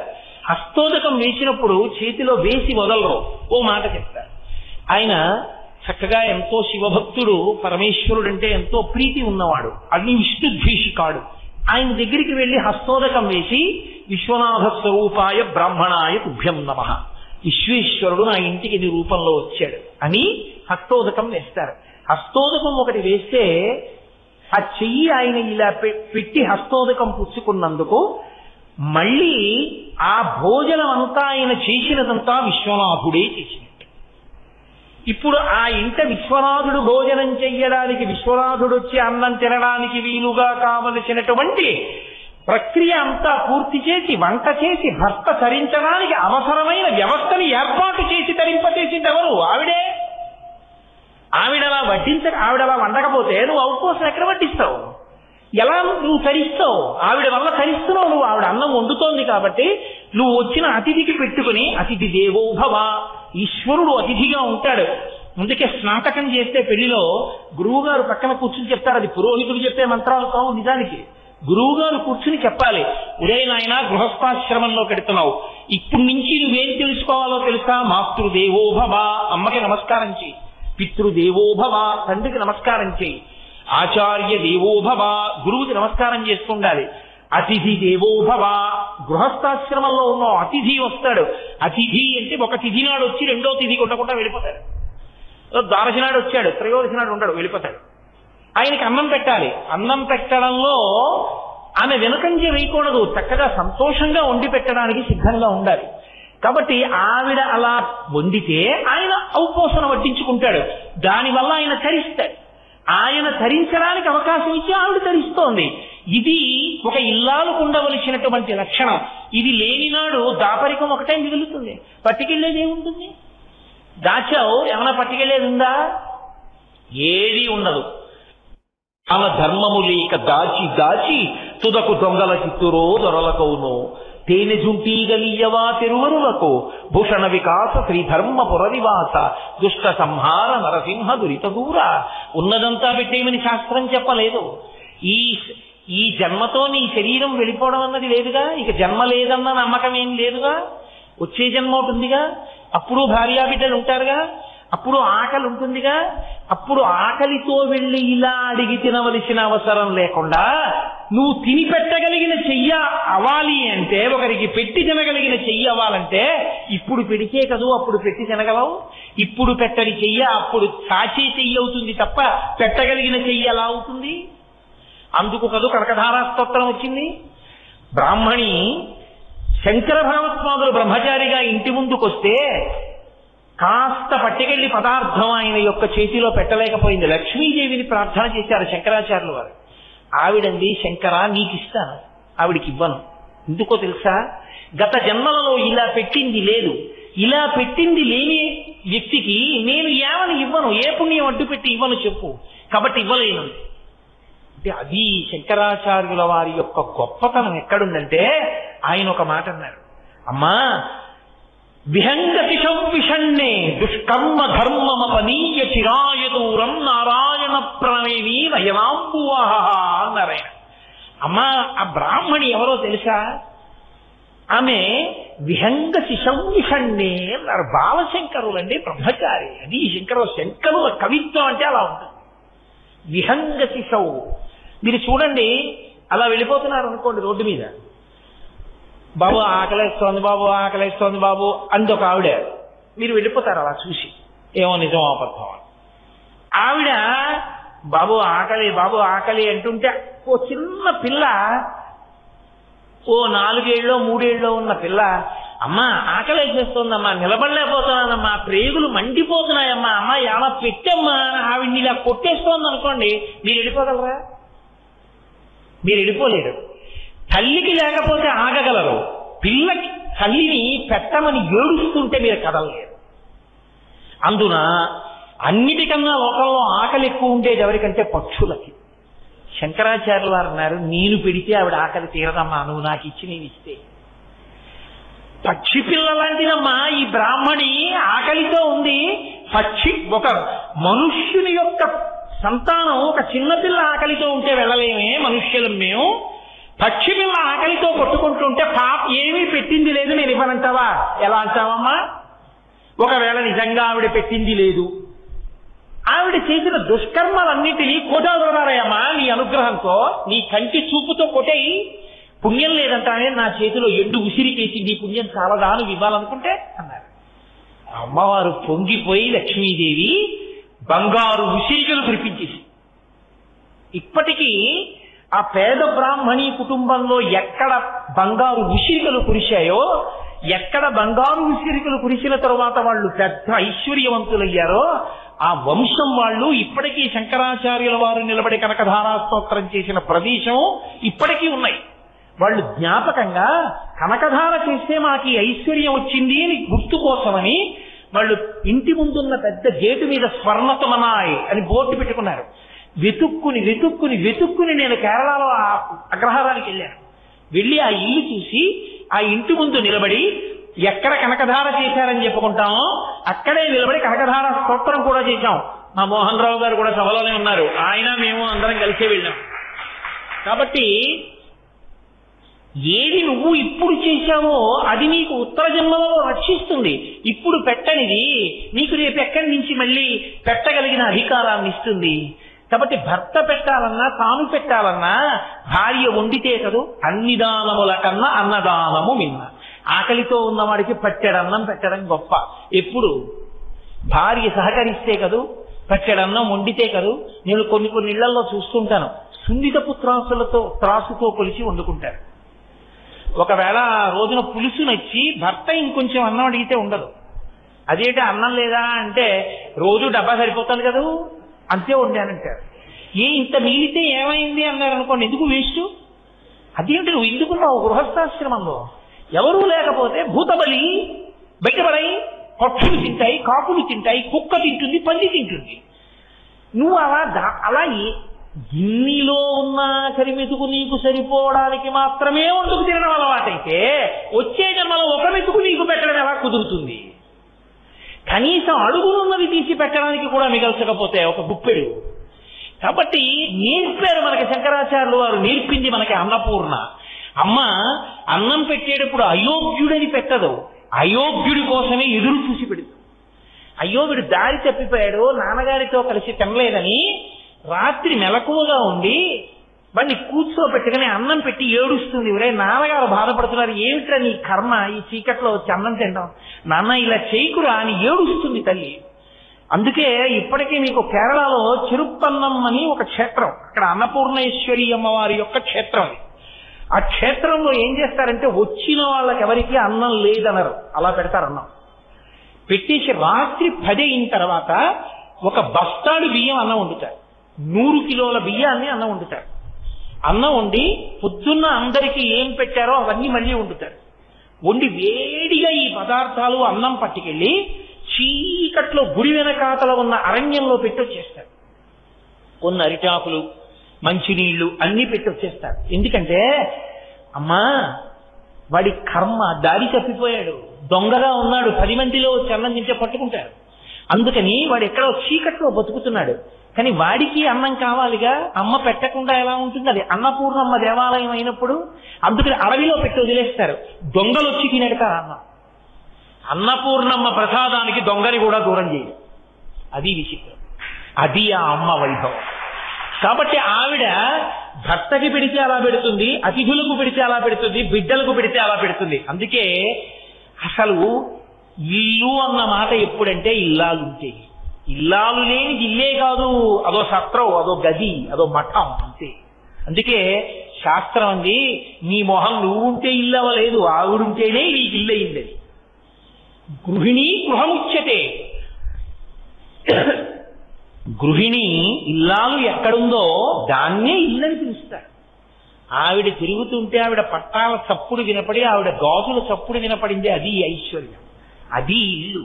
తప్ప నీకు ఎన్నైనా ఉండొచ్చు, నువ్వు వెళ్ళేటప్పటికి ఆవిడొక్కత్తి లేకపోతే, ఆవిడొక్కత్తి కానీ వెళ్ళిపోతే అంటే నా ఉద్దేశం శరీరం వదిలిపెట్టేసినట్టయితే పురుషుడికి సంబంధించినంత వరకు అది ఇల్లు కాదు, అది గృహము కాదు. ఎప్పుడు గృహము అంటే గృహిణి ఉన్నంతసేపే. అందుకే అసలు పరమేశ్వరుడు ఆ స్త్రీ హృదయంలో ప్రవేశపెట్టినటువంటి ప్రేమ అటువంటి అది. అందుకే ఎంత గొప్పగా గౌరవించిందో తెలుసా అండి స్త్రీని శాస్త్రం. పురుషుడు ప్రణిపాతం చెయ్యాలి, నేల మీద పడి నమస్కారం చేయాలి, సాష్టాంగం చెయ్యాలి. అసలు ఆడదాన్ని సాష్టాంగం చెయ్యవద్దని చెప్పారు. నువ్వు చెయ్యడానికి వీల్లేదు, చెయ్యద్దు. అది పరమేశ్వరుడే కానీ గురువే కానీ స్త్రీ సాష్టాంగం చేయడానికి వీల్లేదు. ఎందుచేత అంటే ఏ శరీరావయవములోంచి ఈ లోకమంతా సృష్టింపబడి బయటికి వస్తోందో, బయటికి వచ్చిన బిడ్డలు ఏ స్థనముల నుండి ఆహారమును స్వీకరిస్తున్నారో ఆ 2 అగౌరవింపబడి భూమిని తాకవలసిన అవసరం లేదు. అవి లేని నాడు సృష్టి లేదు. అందుకని మీరు సాష్టాంగం చెయ్యక్కర్లా, మోకాళ్ల మీద మోచేతుల మీద నమస్కరిస్తే సాష్టాంగమే అని స్త్రీని గౌరవించింది శాస్త్రం. అంత వైభవోపేతమైనటువంటి సనాతన ధర్మము, అంత మర్యాద చూపించింది స్త్రీమూర్తి ఎందు.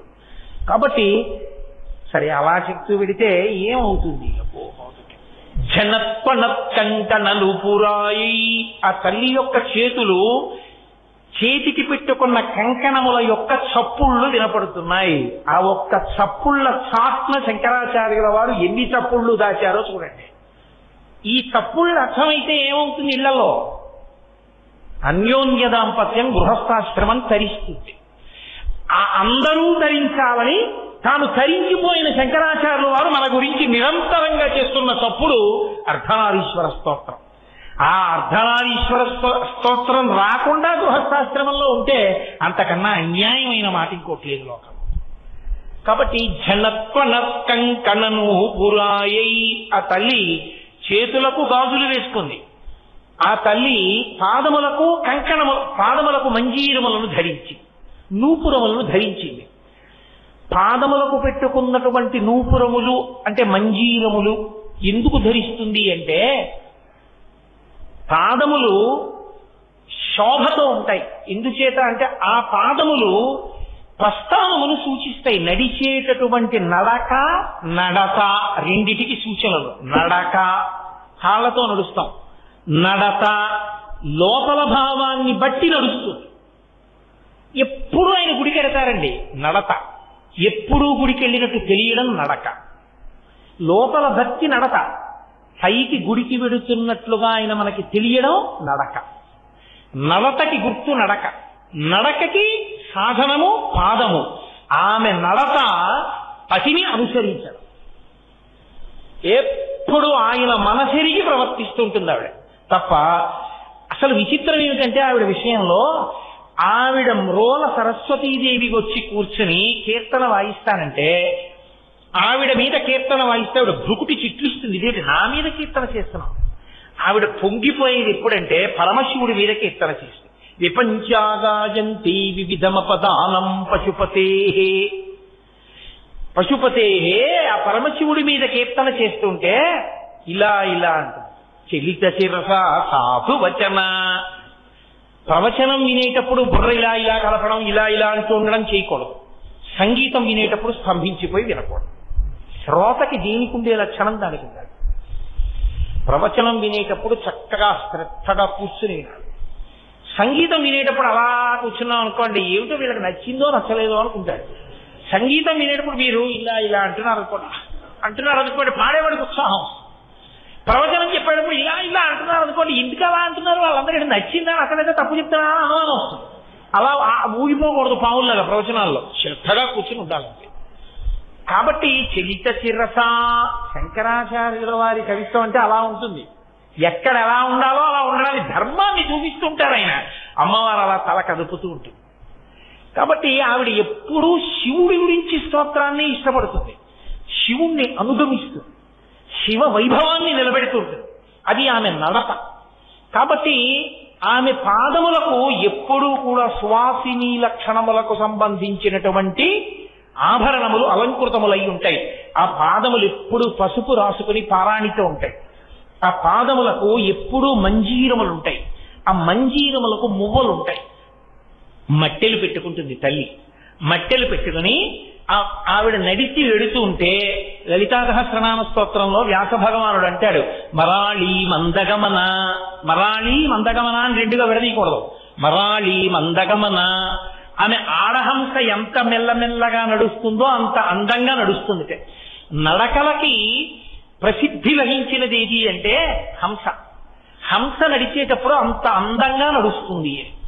ఆవిడ నడిస్తే ఏమవుతుందిటే అంటే, పోతన గారు భాగవతం చేస్తూ రుక్మిణీ కళ్యాణంలో ఒక మాట అంటారు, పేర్వేల బొమ్మల పెండ్లిండ్లు చేయుచు అబలలతోడ బియ్యంబులుందు గుజ్జల గోళ్లను ఒక మరప్ప వండించి చెలులకు పెట్టించు చెలువ మెరసి రమణీయ మందిరా రామదేశములందు పువ్వు తీగలకును పోవి పెట్టు సదమల మణిమయ సౌదభాగములందు లీలతో భర్మ డోలికల నూగు బాలికల తేరి బాలికల తోడ బంతులాడు హరికాకీర పంతికి నీ చదువు చెప్పు బర్హి సంఘంబులకు మురిపములు గరపు మందమరాళములకు చూపు మందగతులు అంటారు. మందమరాళములు అంటే ఆడహంసలు. హంసలుట రుక్మిణీదేవి నడుస్తుంటే ఆవిడ దగ్గర నడక నేర్చుకుని అంత అందంగా ఆవిడ నడక అంత అందంగా ఉంటుంది. అందుకే గజగామిని అని ఒక పేరు. ఏనుగు నడుస్తున్నప్పుడు ఉండే అందం మీరు ఎప్పుడైనా పరిశీలించి చూశారో లేదో. అసలు ఏనుగు ఒక 6 నెలలు మాట్లాడచ్చు, అంత గొప్పది ఏనుగు. ఆ ఏనుగు నడక ఎంత అందంగా ఉంటుందంటే, ఉత్తమ జాతి స్త్రీ నడకని పోల్చాలి అంటే ఏనుగు నడకతోనే పోలుస్తారు. గజగామిని అంటారు, ఏనుగు నడిచినట్టు నడిచింది అంటారు. అంత అందమైన నడక ఏనుగుది. మీకు హంస నడక చూడటం కుదరదు. హంస అలా దొరికే పక్షేం కాదు. మీకు నిజానికి నడక అందం చూడాలి అంటే మీరు చూడగలిగినది ఏనుగు ఒక్కటి. ఏనుగు నడుస్తున్నప్పుడు చూడాలి ఆ అందం. అంత గొప్పగా నడుస్తున్నా, చాలా గొప్పగా ఉంటుంది. నడకలో అందం ఏనుగుది, నడకలో టీవీ ఆబోతుంది. వృషభము ఆబోతు అందులో ప్రత్యేకించి నడిచిందా? అసలు ఆ నడకలో ఏమి టీ ఉంటుందో, కారే రానివ్వండి ఇంకోటే రానివ్వండి అలాగే నిల్చుంటుంది. దానికి ప్రదక్షిణ పురస్కరంగా వెళ్ళాలి తప్ప అదేం తప్పుకోదు. అందుకే వాల్మీకి మహర్షి శ్రీరామాయణంలో సుందరకాండ చేస్తూ దుష్కరం నిష్ప్రతిద్వంద్వం చికీర్షం కర్మవానర సముద్రగ్రహిరోగ్రీవో గవాంపతిరివాబభౌ అంటారు. ఆబోతు తలెత్తి చూస్తే ఎలా ఉంటుందో హనుమ మహేంద్రగిరి పర్వత శిఖరముల మీద నిలబడి సముద్రం వంక చూస్తే అలా ఉందంటారు. అలా చూస్తుంది అది నిలబడి. అబ్బో కాకినాడ ఓవర్ బ్రిడ్జీల మీద చూడాలి, వాటి టీవీ ఎలా నిలబడి ఉంటాయో. కాబట్టి ఆ తల్లి అంత అందమైన నడక కలిగిన తల్లి. బాహ్యం, ఆంతరం ఏమిటో తెలుసా అండి అసలు రహస్యం? పరమయోగులైనటువంటి వారు అమ్మవారిని ఉపాసన చేస్తూ ధ్యానంలో ఉన్నప్పుడు వాళ్ళకి అంజల చప్పుడు వినపడుతుంది. పరదేవత నడుస్తున్నప్పుడు వాళ్ళకి అమ్మవారి యొక్క పాదములు పట్టుచీర యొక్క జీరాక గోచరమవుతుంది. వాళ్ళు అమ్మవారి పాదముల అంజల చప్పుడు వింటూ అమ్మవారి యొక్క నడక చూస్తూ వాళ్ళు రమించిపోతారు లోపల. అందుకే అది యోగశాస్త్ర రహస్యం. అది మీకు పట్టుకున్నామంటే దొరకదు. ఊపిరి తీసినప్పుడు ప్రధానంగా ఎందులోంచి వెళ్ళి ఎందులోంచి బయటకు వస్తుందో తిరగబడిపోతుంది ధ్యానంలో. అది ధ్యానావస్థలో పతాక స్థాయికి వెళ్ళిపోయాడు అని గుర్తు. ఆ స్థాయిలో నిలబడిపోయి ధ్యానం చేసి పంచేంద్రియాలని వెనక్కి తీసి మనస్సుని నిలబెట్టేసినటువంటి యోగి ఎవరుంటాడో ఆ యోగికి అమ్మవారి నడక అంజల చప్పుడు వినపడతాయి. అలా వినపడిన వాడున్నాడే వాడు హంస. వాడు హంస అవుతాడు. హంసకుండే లక్షణం ఏమిటంటే పాలు నీరు కలిపి అక్కడ పెడితే పాలు తాగి నీరు వదిలేస్తుంది. జగత్తుని వదిలిపెట్టి బ్రహ్మాన్ని చూడగలుగుతాడు. ఇప్పుడు పరమహంస అంటారు. అందుకే పరమహంస పరివ్రాజకాచార్య అంటుంటారు. పెద్దల్ని పీఠాధిపతుల్ని పిలిచినప్పుడు పరమహంస పరివ్రాజకాచార్య అంటారు. పరమహంస అంటే వాళ్ళు ఎప్పుడు ఊపిరి తీసి ఊపిరి వదిలేటప్పుడు ఆ ఊపిరిలో సోహం అంటారు. అందులో అమ్మవారి యొక్క పాదములకు పెట్టబడినటువంటి మంజీరముల ధనులు వాళ్ళకి వినపడుతుంటాయి.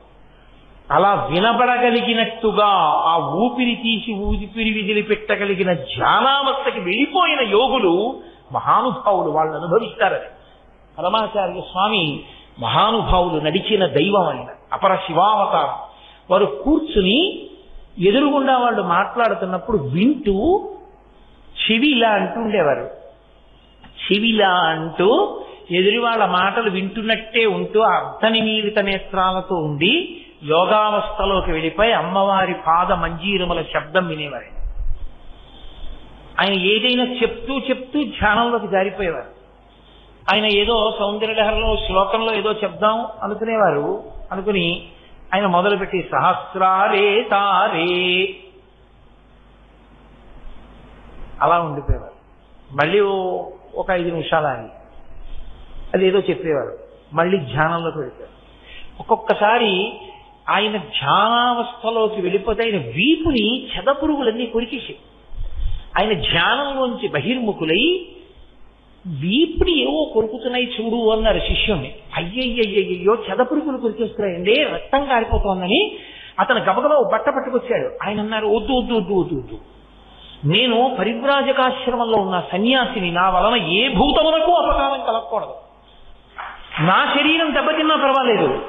ఏం చేస్తావంటే శ్రావణం ఉంటుందే, బంగారపు పిసర్లు పైకెత్తుతారు, అది పట్టుకొచ్చి బట్ట మెత్తడికి పట్టుకొచ్చి ఒక్కొక్కదాన్ని చచ్చిపోకుండా మెత్తగా పట్టుకుని తీసేసి మెత్తటి బట్టలో పట్టుకెళ్ళి మళ్ళీ అవి బతకడానికి వీలుగా ఎక్కడైనా కాస్త ఎండిపోయినటువంటి కొయ్య ఉన్న చోట వాటిని జాగ్రత్తగా దులిపి వచ్చేసేయని వీపు వంచుకుని కూర్చున్నారు.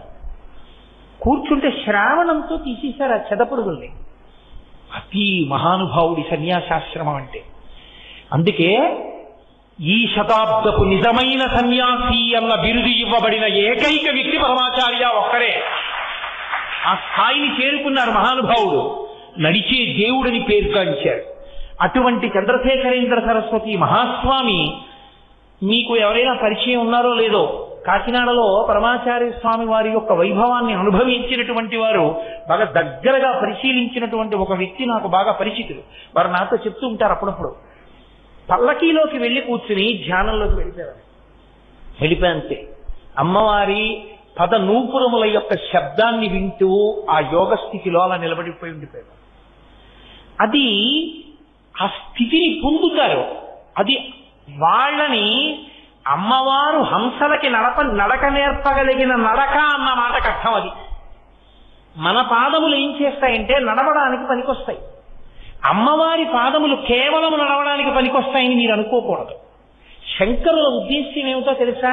ఆవిడ కంకణమును చూడండి అన్నప్పుడు ఆవిడ మంజీరమును చూడండి అన్నప్పుడు ఆయన ఉద్దేశ్యం ఏమిటో తెలుసా? మంజీరము మీరు చూడాలి అంటే మంజీరము గురించి వినేటప్పుడు మీకు ఏది కనపడుతుంది? ఆవిడ పాదం కనపడుతుంది. ఆవిడ పాదం కనబడినప్పుడు ఏం కనపడుతుంది? ఆవిడ పాదం చక్కగా పసుపు రాసి పారాణి పెట్టి ఉంటుంది. నఖధీవితి సంచలన మజ్జన తమోగుణ, ఆవిడ వేలికున్న గోటి కాంతులను దర్శనం చేస్తే చాలు కొన్ని కోట్ల జన్మల అజ్ఞానం విరిగిపోతుంది. ఆవిడ పాద మంజీరముల శబ్దం మీకెప్పుడు వినపడుతుంది? ఆవిడ కడిగితే వినపడుతుంది. తాడేపల్లి రాఘవనారాయణ శాస్త్రి గారని ప్రతస్మరణీయులు, మహాపురుషులు. వారు ఒకనకొకప్పుడు పరమదరిద్రాన్ని అనుభవించారు. ఆయన ఏమీ లేదు ఇంట్లో తినడానికి, లలితా సహస్రం చేస్తూ కూర్చుండిపోయి మహానుభావుడు ఒక స్థితిలో స్పృహ తప్పి పడిపోయారు. స్పృహ తప్పి పడిపోతే అమ్మవారి పాద మంజీరముల ధ్వని వినపడుతుండగా వచ్చి లేపి కూర్చోబెట్టుకుని పాయసం పెట్టింది. ఆయన ఆ తర్వాత వెనక్కి తిరిగి చూడాల. వారింట బాలాస్వరూపం తిరుగుతూ ఉండగా బాల మంజీర ధ్వనులు విన్న వాళ్ళు ఎందరో ఉన్నారు. ఇప్పటికీ ఆ ఇంటికి వెళ్ళి ఒక రోజంతా ఉన్నటువంటి కొంతమంది వ్యక్తులు నా దగ్గరికి వస్తుంటారు. మొన్ననే వచ్చారు కూడా ఒక ఆయన. పేర్లు చెప్పడం బాగుండదు సభాముఖంగా అని నేను చెప్పట్లేదు. అలా అనుభవించారు మహానుభావులు. పరదేవతానుగ్రహాన్ని పొందారు. అమ్మవారి పాద మంజీరముల ధ్వని వినబడింది అంటే అంతటి మహాయోగి అని గుర్తు. ఊపిరిలో వింటారు వాళ్ళు. ఆ ఊపిరి తీసి విడిచిపెట్టడంలో అంత మెల్లనితనాన్ని పొందేసి అమ్మవారి మంజీర ధ్వనులు వినపడతాయి. ఆ పాదము కాని కనపడిందా, మంజీర ధ్వని వినబడిందా, వాడికి రక్షణ. మఖైర్నాక స్త్రీణాం కరకమల సంకోచదిభి తరుణాం దివ్యానాం హసతి యుపతే చెంటి చరణౌ ఫలాని స్వస్యేభ్య కిసలయకరగ్రేణ దతా దరిద్రేభ్యో భద్రాం శ్రీయమనిశమాస్నాయ దతౌ అంటారు శంకరులు సౌందర్యలహరిలో. ఎంత దరిద్రుడైనా ఎక్కడైనా అమ్మా అని పిలిస్తే చాలు ఆవిడ రక్షణ పొందుతాడు. స్వర్గలోకంలో ఉన్న దేవతలకు ఉండదు ఆ రక్షణ. అమ్మవారి పాదములను నమ్ముకున్న వాడికి ఆ రక్షణ ఉంటుంది. అటువంటి పాదములు, అటువంటి మంజీరములు. మూకశంకరులు అమ్మవారి పాదములను స్తోత్రం చేస్తూ ఒక అద్భుతమైన మాట అన్నారు. నేను ఇప్పుడో చదివినవి మూక పంచశతి అవి అసలు ఈ మధ్య నేను చూడనే కుదరట్టలేదు. జటాలా మంజీర స్ఫుట రుచి అంటారు. అందులో అమ్మవారి యొక్క పాదములకు జటలొచ్చినట్టుగా ఉంటాయి. అంటే అమ్మవారికి జట ఉంటుంది, అది కాదుట. అమ్మవారి పాదములు ఒక్కటే ఒక మనిషి కింద చిత్రీకరించారు ఆయన. అవిట ఎలా ఉంటాయంటేట జటాలా మంజీర స్ఫుట దరుణ నికటై. ఆ పాదములకు పెట్టబడినటువంటి మంజీరములలోంచి వచ్చేటటువంటి వివిధ రకములైన మణుల కాంతులు ప్రసరించడం వల్ల తపస్సు చేస్తున్న వ్యక్తికి జటలు కట్టేసి ఎర్రగా ఎలా వేలాడుతుంటాయో జటలు, అమ్మవారి పాదములు ఒక్కటే అలా ఉంటాయిట. మీరు మరోలా అనుకోకండి, మీకు బాగా అర్థం అవడానికి నేను చూపిస్తున్నాను. అందులో ఆయన అంటారు, అమ్మా నువ్వు నీ పాదములు ఎలా కూర్చుంటాయంటేట తపస్సులో కూర్చున్నట్టుగా అవి ఆమె యొక్క గోళంలోంచి నఖ రుచి జరి గంగపయస అంటారు. తపస్సు చేసే వ్యక్తి గంగానది ఒడ్డులో కూర్చుని తపస్సు చేస్తుంటే కింద నుంచి గంగ నీళ్లు వచ్చేసాయి అనుకోండి, ప్రవాహం వచ్చి బహిర్ముఖుడు అవడం. అలాగే గంగ నీళ్లలోనే అలాగే కూర్చుని తపస్సు చేసేస్తూ ఉంటాడు. ఎందుకంటే మనసు పైకి వెళ్ళదుగా, లోపల రమిస్తున్నాడు. గంగాజలాలు తగులుతూ వెళ్ళిపోతున్నాయి. కొద్దిగా ప్రవాహం పైకి వచ్చింది, ఆయనకి తెలియదు. అలాగే గంగాజలాలలో కూర్చుని తపస్సు చేస్తున్నట్లుగా నీ పాదములు కూడా తపస్సు చేస్తున్నాయమ్మా అన్నారు. ఆ తపస్సు చేసే వ్యక్తికి పైన జటలు కట్టి వేలాడతాయి. అలా నీ పాదములు కూడా గంగలో ఉన్నాయి. ఎలా ఉన్నాయో తెలుసా అన్నారు. నీకు అర్థం అవడానికే చూపిస్తున్నాను తప్ప నా ఉద్దేశ్యం ఇంకొకటి కాదు. అమ్మవారి పాదములుట ఇలా పెడితే ఆవిడ పాదములు ఎలా ఉంటాయంటేట ఇలా పెట్టినప్పుడు ఆవిడ ఆ గోళ్ల యొక్క కాంతులు గంగపయస, ఆ గోళ్ల కాంతులు తెల్లగా ఉంటాయి. గంగా నదీ జలాలు తెల్లగా ఉంటాయి. ఆ తెల్లటి కాంతులలో ఉన్న ఆమె పాదములు గంగా జలాలలో తపస్సు చేస్తున్న ఒక యోగిలా ఉంటాయి. దీనికి పెట్టబడినటువంటి మంజీరముల మణుల కాంతులు జటాలా మంజీర, ఆ జటలుగా ఎర్రటి జటలుగా కాంతులు వేలాడుతుంటాయిట. అలా ఉన్న నీ పాదములను దర్శనం చేస్తే ఏమవుతుందో తెలుసా అన్నారు మూకశంకరు. అమ్మ నీ పాదములు ఎందుకు తపస్సు చేస్తున్నాయో తెలుసా?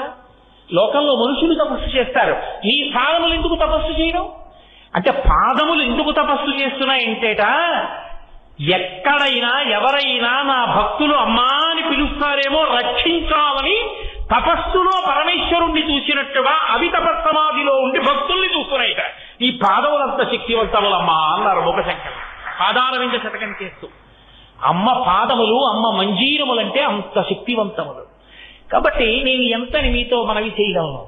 అలా మనవి చేస్తూ వెడితే 7 రోజులు ఒక లెక్క. అది సరిపోతుందా? అసలు అమ్మవారి యొక్క జనత్కనను పురాయై పదాబ్జరాజత్ఫణిరాజితాయ. శంకర భగవత్పాదులు అంటారు, ఇప్పటిదాకా అమ్మవారి చేతులకు అమ్మవారి పాదములకు పెట్టబడినటువంటి ఆభరణముల గురించి మాట్లాడారు. ఇప్పుడు దేని గురించి మాట్లాడుతున్నారంటే పరమశివుని యొక్క ఆభరణములు మాట్లాడుతున్నారు. పరమశివుని యొక్క పాదములకు పెట్టబడిన ఆభరణములు ఏమున్నాయిట ఆయన పాదములకు? పదాబ్జరాజత్ఫణిరాజితాయ. ఆ అయ్యవారి పాదాలకి పాము చుట్టుకుని ఉంది. అది కూడా పాములు కాదు.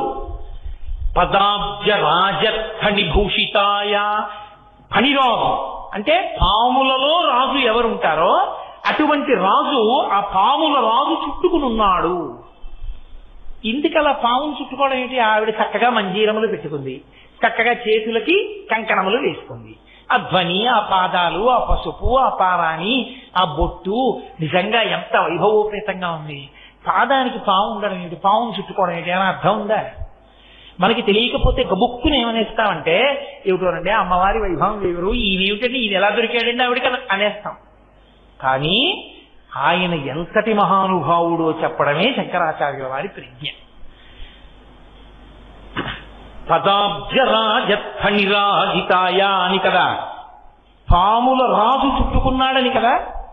దానికి ఒక పెద్ద రహస్యం ఒకటి ఉంది. ఎందుకు పరమశివుడు అలా చుట్టుకుంటాడు అన్నదానికి. ఒకానొకప్పుడు పరమశివుడు తాండవం చేశాడు. ఆ తాండవాన్ని మహాప్రళయమునందు చేసేటటువంటి తాండవం అంటారు, అది మహాతాండవము. ఆ తాండవం చేసినప్పుడు ఇంకా లోకాలు ఏమి ఉండవు, అన్నిటినీ తనలోకి తీసేసుకుంటాడు. అప్పుడు ఎవరు ఉండరు. ఇంకా మహాప్రళయ సాక్షిణి అమ్మవారు ఒక్కరే చూస్తుంది. దాన్ని ప్రళయ తాండవము అంటారు. అలాగే ఇంకొక తాండవం ఉంటుంది, దాన్ని ఆనంద తాండవము అంటారు. పరమ సంతోషంతో ఈ లోకాలన్నిటినీ కూడా నడిపిస్తూ ఉంటాడు. ఆ నడిపించే స్వరూపంలో ఆనంద తాండవం చేస్తారు. ఆనంద తాండవం చేసే సభకే నటరాజ సభ అని పేరు. చిదంబరంలో ఉంటుంది. అది చిదంబరంలో పెడితే చూడవలసింది ఏది అంటే ఆకాశలింగం నటరాజు. నటరాజుగా అక్కడ ఉంటాడు. చిత్ సభ అంటారు. ఆ సభలో నటరాజస్వామిగా నిలబడి ఉంటాడు ఆయన. ఆ నటరాజస్వామిగా నిలబడి చేసేటటువంటి తాండవాన్ని ఆనంద తాండవము అంటారు. అలాగే ఊర్ధ్వ తాండవము అని ఒకటి ఉంటుంది. మీరు ఎప్పుడైనా చూశారో లేదో, ఆయన కాలు ఇలా పైకెత్తేసి ఈ పైన ఉన్నటువంటి ఆ పై కప్పేదుందో దాన్ని పాదంతో తాకుతాడు. అప్పుడు ఎలా ఉంటాడంటే ఇలా 2 కాళ్ళు ఉండవు, ఒక కాలు ఇలా ఉంటుంది, ఒక కాలు ఇలా ఉంటుంది, అలా ఉంటాడు. అలా ఉన్న ఊర్ధ్వ తాండవమూర్తి అంటారు దాన్ని. అలా కాలు పైకెత్తినటువంటి తాండవమూర్తి.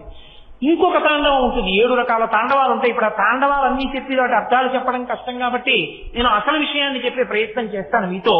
అజప తాండవము అంటారు. అజప తాండవము లేదా అజప నటనము అని పిలుస్తారు దాన్ని. అజప నటనము అని ఎందుకు పిలుస్తారంటే జపం చేసేటప్పుడు కదలికలు ఉంటాయి లోపల. ఎందుకుంటాయంటే జపం చేసేటప్పుడు ఊపిరి పీల్చి ఊపిరి విడిచిపెడుతూ బీజాక్షరాల్ని పలుకుతూ ఉంటాడు. ఆ బీజాక్షరాల్ని పలుకుతూ ఉన్న కారణం చేత శరీరంలో ఉండేటటువంటి నాడులన్నీ ఆ శక్తిని పొందుతాయి.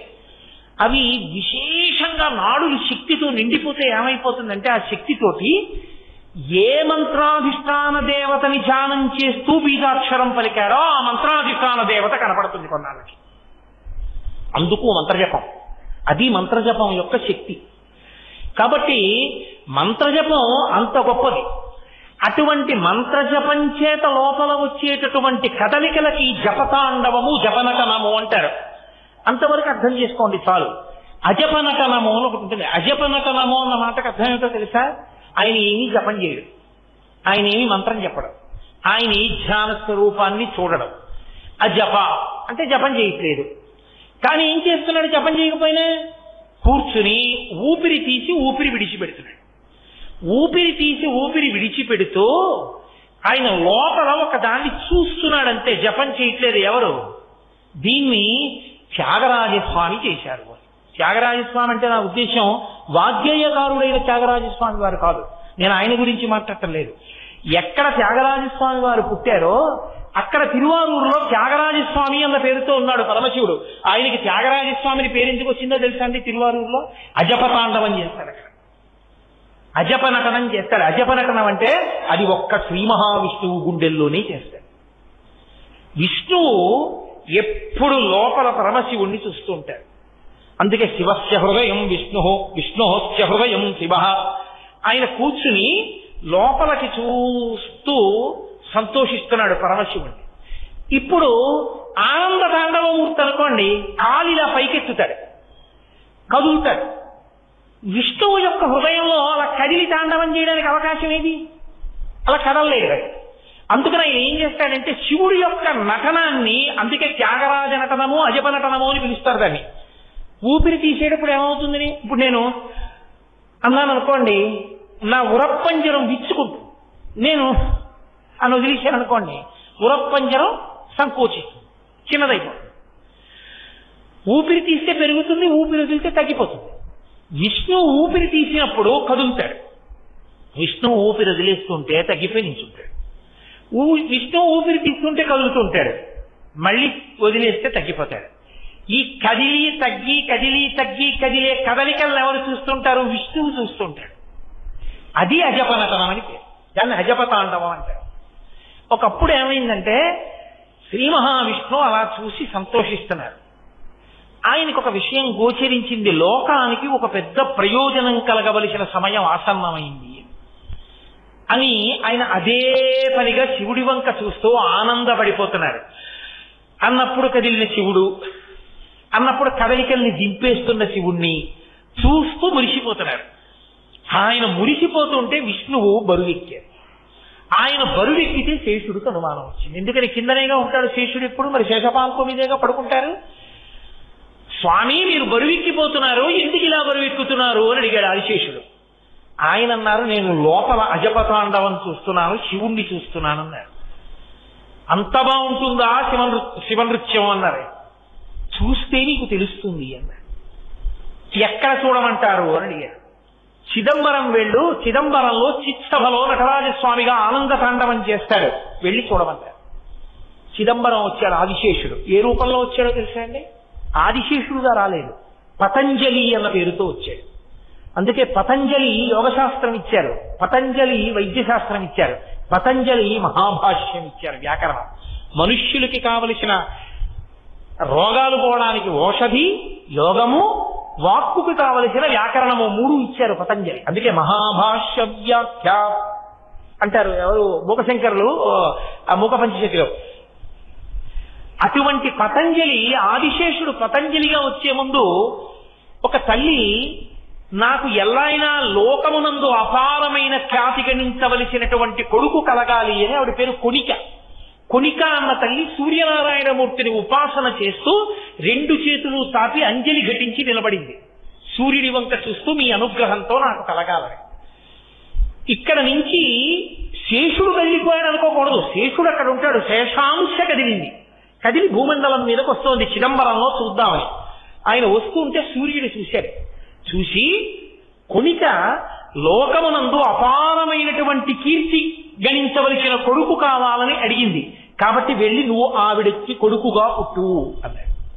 అనేటప్పటికీ ఆదిశేషుడు చిన్న పాము పిల్లై అంజలి ఘటిస్తున్నటువంటి కొనిక చేతి మీదకి వచ్చి పడ్డాడు. ఆవిడంది, సూర్యనారాయణమూర్తికి అంజలి ఘటిస్తుండగా నాకు బిడ్డడిగా చేతి మీద పడ్డావు కాబట్టి పట్టంటే పడ్డావు, అంజలి ఘటిస్తుండగా అంజలి మీద పడ్డావు కాబట్టి నీకు పతంజలి అని పేరుంచారండి. అందుకొచ్చింది పతంజలి అన్న పేరు. ఆ పతంజలి చిదంబరం వెళ్ళాడు. చిదంబరం వెళ్ళి నటరాజస్వామి వారి యొక్క ఆనంద తాండవాన్ని చూశారు. అందుకే మీరు ఎప్పుడైనా నటరాజస్వామి వారి యొక్క మూర్తిని చూడటం కాదు, విగ్రహం చూడటం కాదు, నటరాజస్వామి వారి యొక్క చిత్తరువుని చూడాలి. అది కూడా తెలియని వాళ్ళు గీసింది కాదు.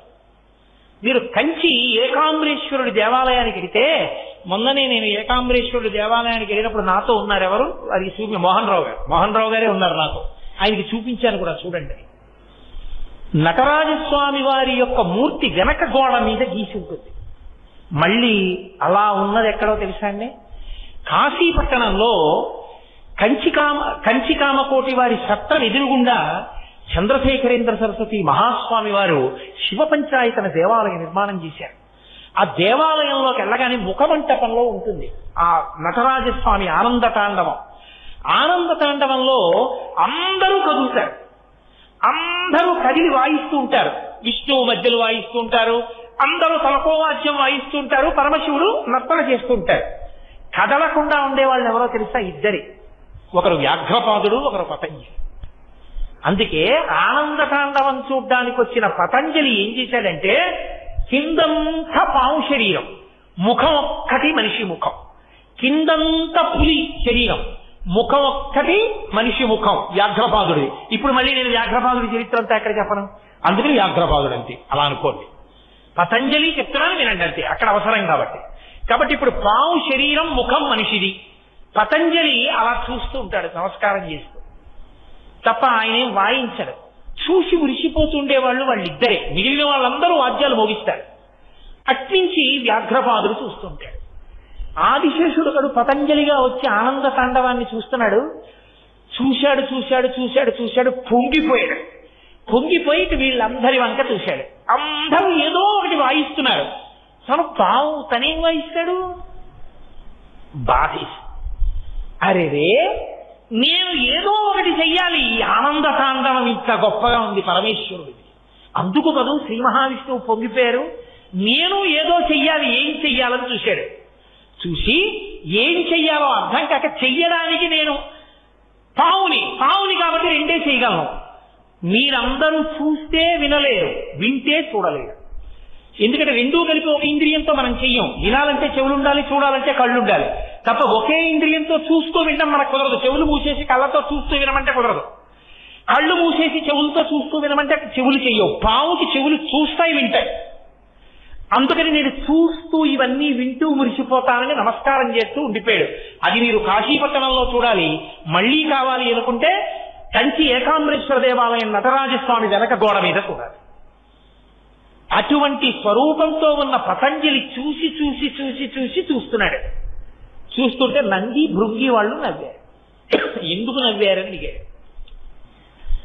మేమందరం చక్కగా ఏదో ఒకటి వాయిస్తున్నాం, కాళ్ళ చేతులా నీకేమున్నాయో వాయించడానికి పాపం అన్నారు వాళ్ళు. వెంటనే ఆయన బాధపడ్డాడు. ఇన్నాళ్ళు ఆదిశేషుణ్ణి అనుకున్నాను, నిజమే కాళ్ళు చేతులు లేనివాడిని నేనేం చేయను పరమేశ్వర తాండవానికని. కాళ్ళు చేతులు అంటే ఏమిటి? కాళ్ళు బాగా సాగదీసి నడుస్తాం, చేతులుంటే పైకెత్తుతాం, ఏదో చేస్తాం. నందికి కొమ్ములు ఉన్నాయి, ఇంకోళ్ళకి కాళ్ళు ఉన్నాయి, ఇంకోళ్ళకి చేతులు ఉన్నాయి. కొమ్ములు కాళ్ళు చేతులు లేని కవిత్వం చెప్తాను, అద్భుతమైన కవిత్వం. శివతాండవం మీద 8 శ్లోకాలు చెప్పాడు. అందుకే ఆ 8 శ్లోకాలకి ఎక్కడా దీర్ఘాక్షరం ఉండదు, ఒక్క దీర్ఘాక్షరం కూడా ఉండదు, అన్ని హ్రస్వాక్షరాలే. అంటే కాళ్ళు చేతులు కొమ్ములు లేని కవిత్వం చెప్పానన్నాడు. అలా తాండవం గురించి చెప్పిన కవిత్వం ఇంకోటి లేదు. అంత అద్భుతమైన కవిత్వం చెప్పి వాళ్ళందరూ మురిసిపోయారు. మురిసిపోయాక నర్తన చేస్తున్న శివుణ్ణి చూసి, మీ అందరూ అన్ని వాయిస్తున్నారు, నేను వాయించలేకపోయాను కదూ, కాబట్టి పరమేశ్వరుడికి నేను భూషణం అయిపోతాను, ఆభరణం అయిపోతానని ఎగిరి వెళ్లి పరమశివుడు కాలుకి చుట్టుకున్నాడు. ఓ కాలు అది శంకరాచార్యుల వారు తీసుకొచ్చి ఇక్కడ చెప్తున్నారు. పదాబ్జ రాజఫణిరాజితాయ, ఒక కాలుకి ఫణిరాజు ఉన్నవాడా అని పిలవడం వెనక ఉన్న ఉద్దేశం అది. ఆదిశేషుడంతటి వాడా పాదాన్ని చుట్టుకున్నాడు. అంత గొప్ప ఆనంద తాండవం. నటరాజు అంటే ఏమిటో తెలుసా అండి? నటరాజుగా కదలడము అన్న మాటకు అర్థం ఏంటంటే, మహానుభావుడు ఒక చేతిలో ఢమరుక పట్టుకుంటాడు, మోగిస్తుంటాడు ఇలాగా, ఒక చేతిలో అగ్నిహోత్రం పట్టుకుంటాడు, ఒక ముఖం నవ్వుతూ ఉంటుంది, జుత్తు ఇలా ఉంటుంది. మీరు ఎప్పుడైనా చూడండి, నటరాజస్వామి జుత్తు ఇలా వాలిపోయి ఉంటారు, ఇలా వేస్తారు జుత్తుని, ఇక్కడ వరకు ఉంటుంది, ఇలాగా ఇక్కడ వరకు ఉంటుంది. అంటే దాని ఉద్దేశం ఏమిటో తెలుసా? నటరాజస్వామి తాండవం చేసేటప్పుడు కొప్పు ఉండదు కదా, మరి జారిపోతుంది, ఉండిపోయి జటలు కదా ఇలా ఉంటాయి ఆయనకి. ఆయన తాండవంలో వేగంగా ఇలా అన్నారు, ఈ జుత్తంతా జటలు ఇలా తిరిగి. ఇప్పుడు మళ్ళీ ఇటు తిరగడానికి ఆగాడు అనుకోండి, ఈ జడలు ఇలా పడిపోతాయి. ఎంత వేగంగానో ఇలా అని ఇలా అన్నాడు అనుకోండి, ఆ వేగానికి ఇటు జడలు ఇటు, ఇటు జడలు ఇటు, ఇలా నిలబడేటట్టుగా తల తిప్పగలడా ఎవడైనా? ఆయన తిప్పుతాడు తాండవంలో. అంటే మీరు అసలు ఊహించలేరు ఆ వేగాన్ని. అంత వేగంగా తిప్పుతూ పరమనవ్వుతూ ఉంటాడు, చక్కగా ప్రసన్నుడై ఉంటాడు.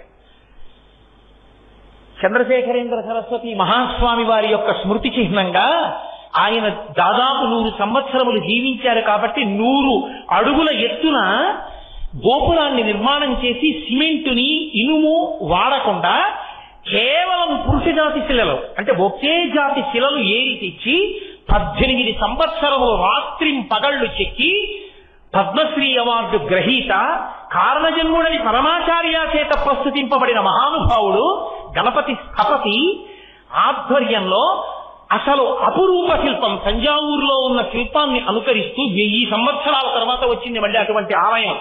ఎక్కడ ఇనుము సిమెంటు వాడకుండా అద్భుతమైనటువంటి గోపురంతో, స్తంభాలతో, శిల్పకళా విన్యాసంతో పరమాచార్య స్వామి వారికి మణిమంటపం కట్టి కుంభాభిషేకం చేశారు మొన్న. దానికి నాతో మా మోహన్ రావు గారే వచ్చారు. దానికి కూడా దాని మీద కూడా ఈ తాండవమూర్తి ఉంటారు, దాని మీద కూడా నటరాజస్వామి ఉంటారు. ప్రదోష తాండవమూర్తి అని గోడ మీద చెక్కారు, గురు పరంపర అద్భుతం. ఆ నటరాజస్వామి అంత వేగంగా తిప్పుతాడు, తలని జుట్టు ఇటు ఇటు అలా విసురుకుంటుంది. ఆయన ఢమరుక మోగిస్తే అర్థం ఏమిటంటే భాష అంత శబ్దములన్నీ ఆ ఢమరుకలోంచి వచ్చాయి. ఈ వచ్చినవన్నీ ఈ సమస్త సృష్టికి గుర్తు ధ్వని, ఢమరకం. ఈ శబ్దములు సృష్టి అయితే సృష్టి అంతా లయమైపోవడమే అగ్నిహోత్రం. అందుకే ఇటు ఢమరుక, ఇటు అగ్నిహోత్రం. సృష్టికర్త, ప్రళయకర్త, మధ్యలో చిరునవ్వుతో ఉన్న ముఖం స్థితికర్త. సృష్టి స్థితి లయములను చెయ్యగలిగిన వాడను నేనే. నన్ను అందుకోవాలంటే, నన్ను తెలుసుకోవాలంటే ఊర్ధ్వముఖ చలనం చెయ్యాలని చెప్పడానికి ఎడమకాలు పైకి లేచి ఉంటుంది, చిరునవ్వుతో ఉంటాడు. అది అపురూపమైన నటరాజమూర్తి. ఆ నటరాజమూర్తి కాలుకు చుట్టుకుని ఉంటాడు ఫణిరాజు ఆదిశేషుడు. అది మహానుభావుని యొక్క విశేషం. అంటే సమస్త లోకములకు సృష్టికర్త, స్థితికర్త, ప్రళయకర్త ఆయనే. ఆమె తీసుకొచ్చి 2 ఇడ్లీలు మా ఆయనే అని పెట్టినా ఆ 2 ఇడ్లీలు నేను తింటే ఆవిడ ఖాతాలో ఏం వేస్తారంటే పరమేశ్వరుడికి ఆవిడ బాలభోగం చేసింది, ఆవిడ పరమేశ్వరుడికి పెట్టింది ఆ 2 ఇడ్లీలు, పరమేశ్వరుడు తిన్నాడు. ఇప్పుడు నా వైపు నుంచి, పురుషుడి వైపు నుంచి ఈశ్వరుడికి ఏదైనా పెట్టడం అంత తేలికైన విషయం కాదు. కానీ స్త్రీ వైపు నుంచి నిరంతర భగవదార్చన చేసే అవకాశం వాళ్ళకు ఉంటుంది. నాన్నగారండి మీ పంచ మడత పెట్టి అక్కడ పెడతాను, నాన్నగారండి కాళ్ళు పక్కన, ఇది కొడుకు కర్తవ్యం. ఇది చేసేటప్పుడు మా నాన్నగారు నా ఫీజు కట్టారా కట్టలేదా, మా నాన్నగారు నాకు డబ్బు ఇచ్చారా ఇవ్వలేదా అన్నదాన్ని బట్టి కాళ్ళు కడుక్కోవడానికి నీళ్ళు ఇవ్వడం ఉండదు. తండ్రి ఇచ్చినా ఇవ్వకపోయినా నీ కర్తవ్యం నువ్వు చేసేయాలి. అందులో ఇంకా మళ్ళీ ఏమి రాజీ ఏం ఉండదు. అందుకే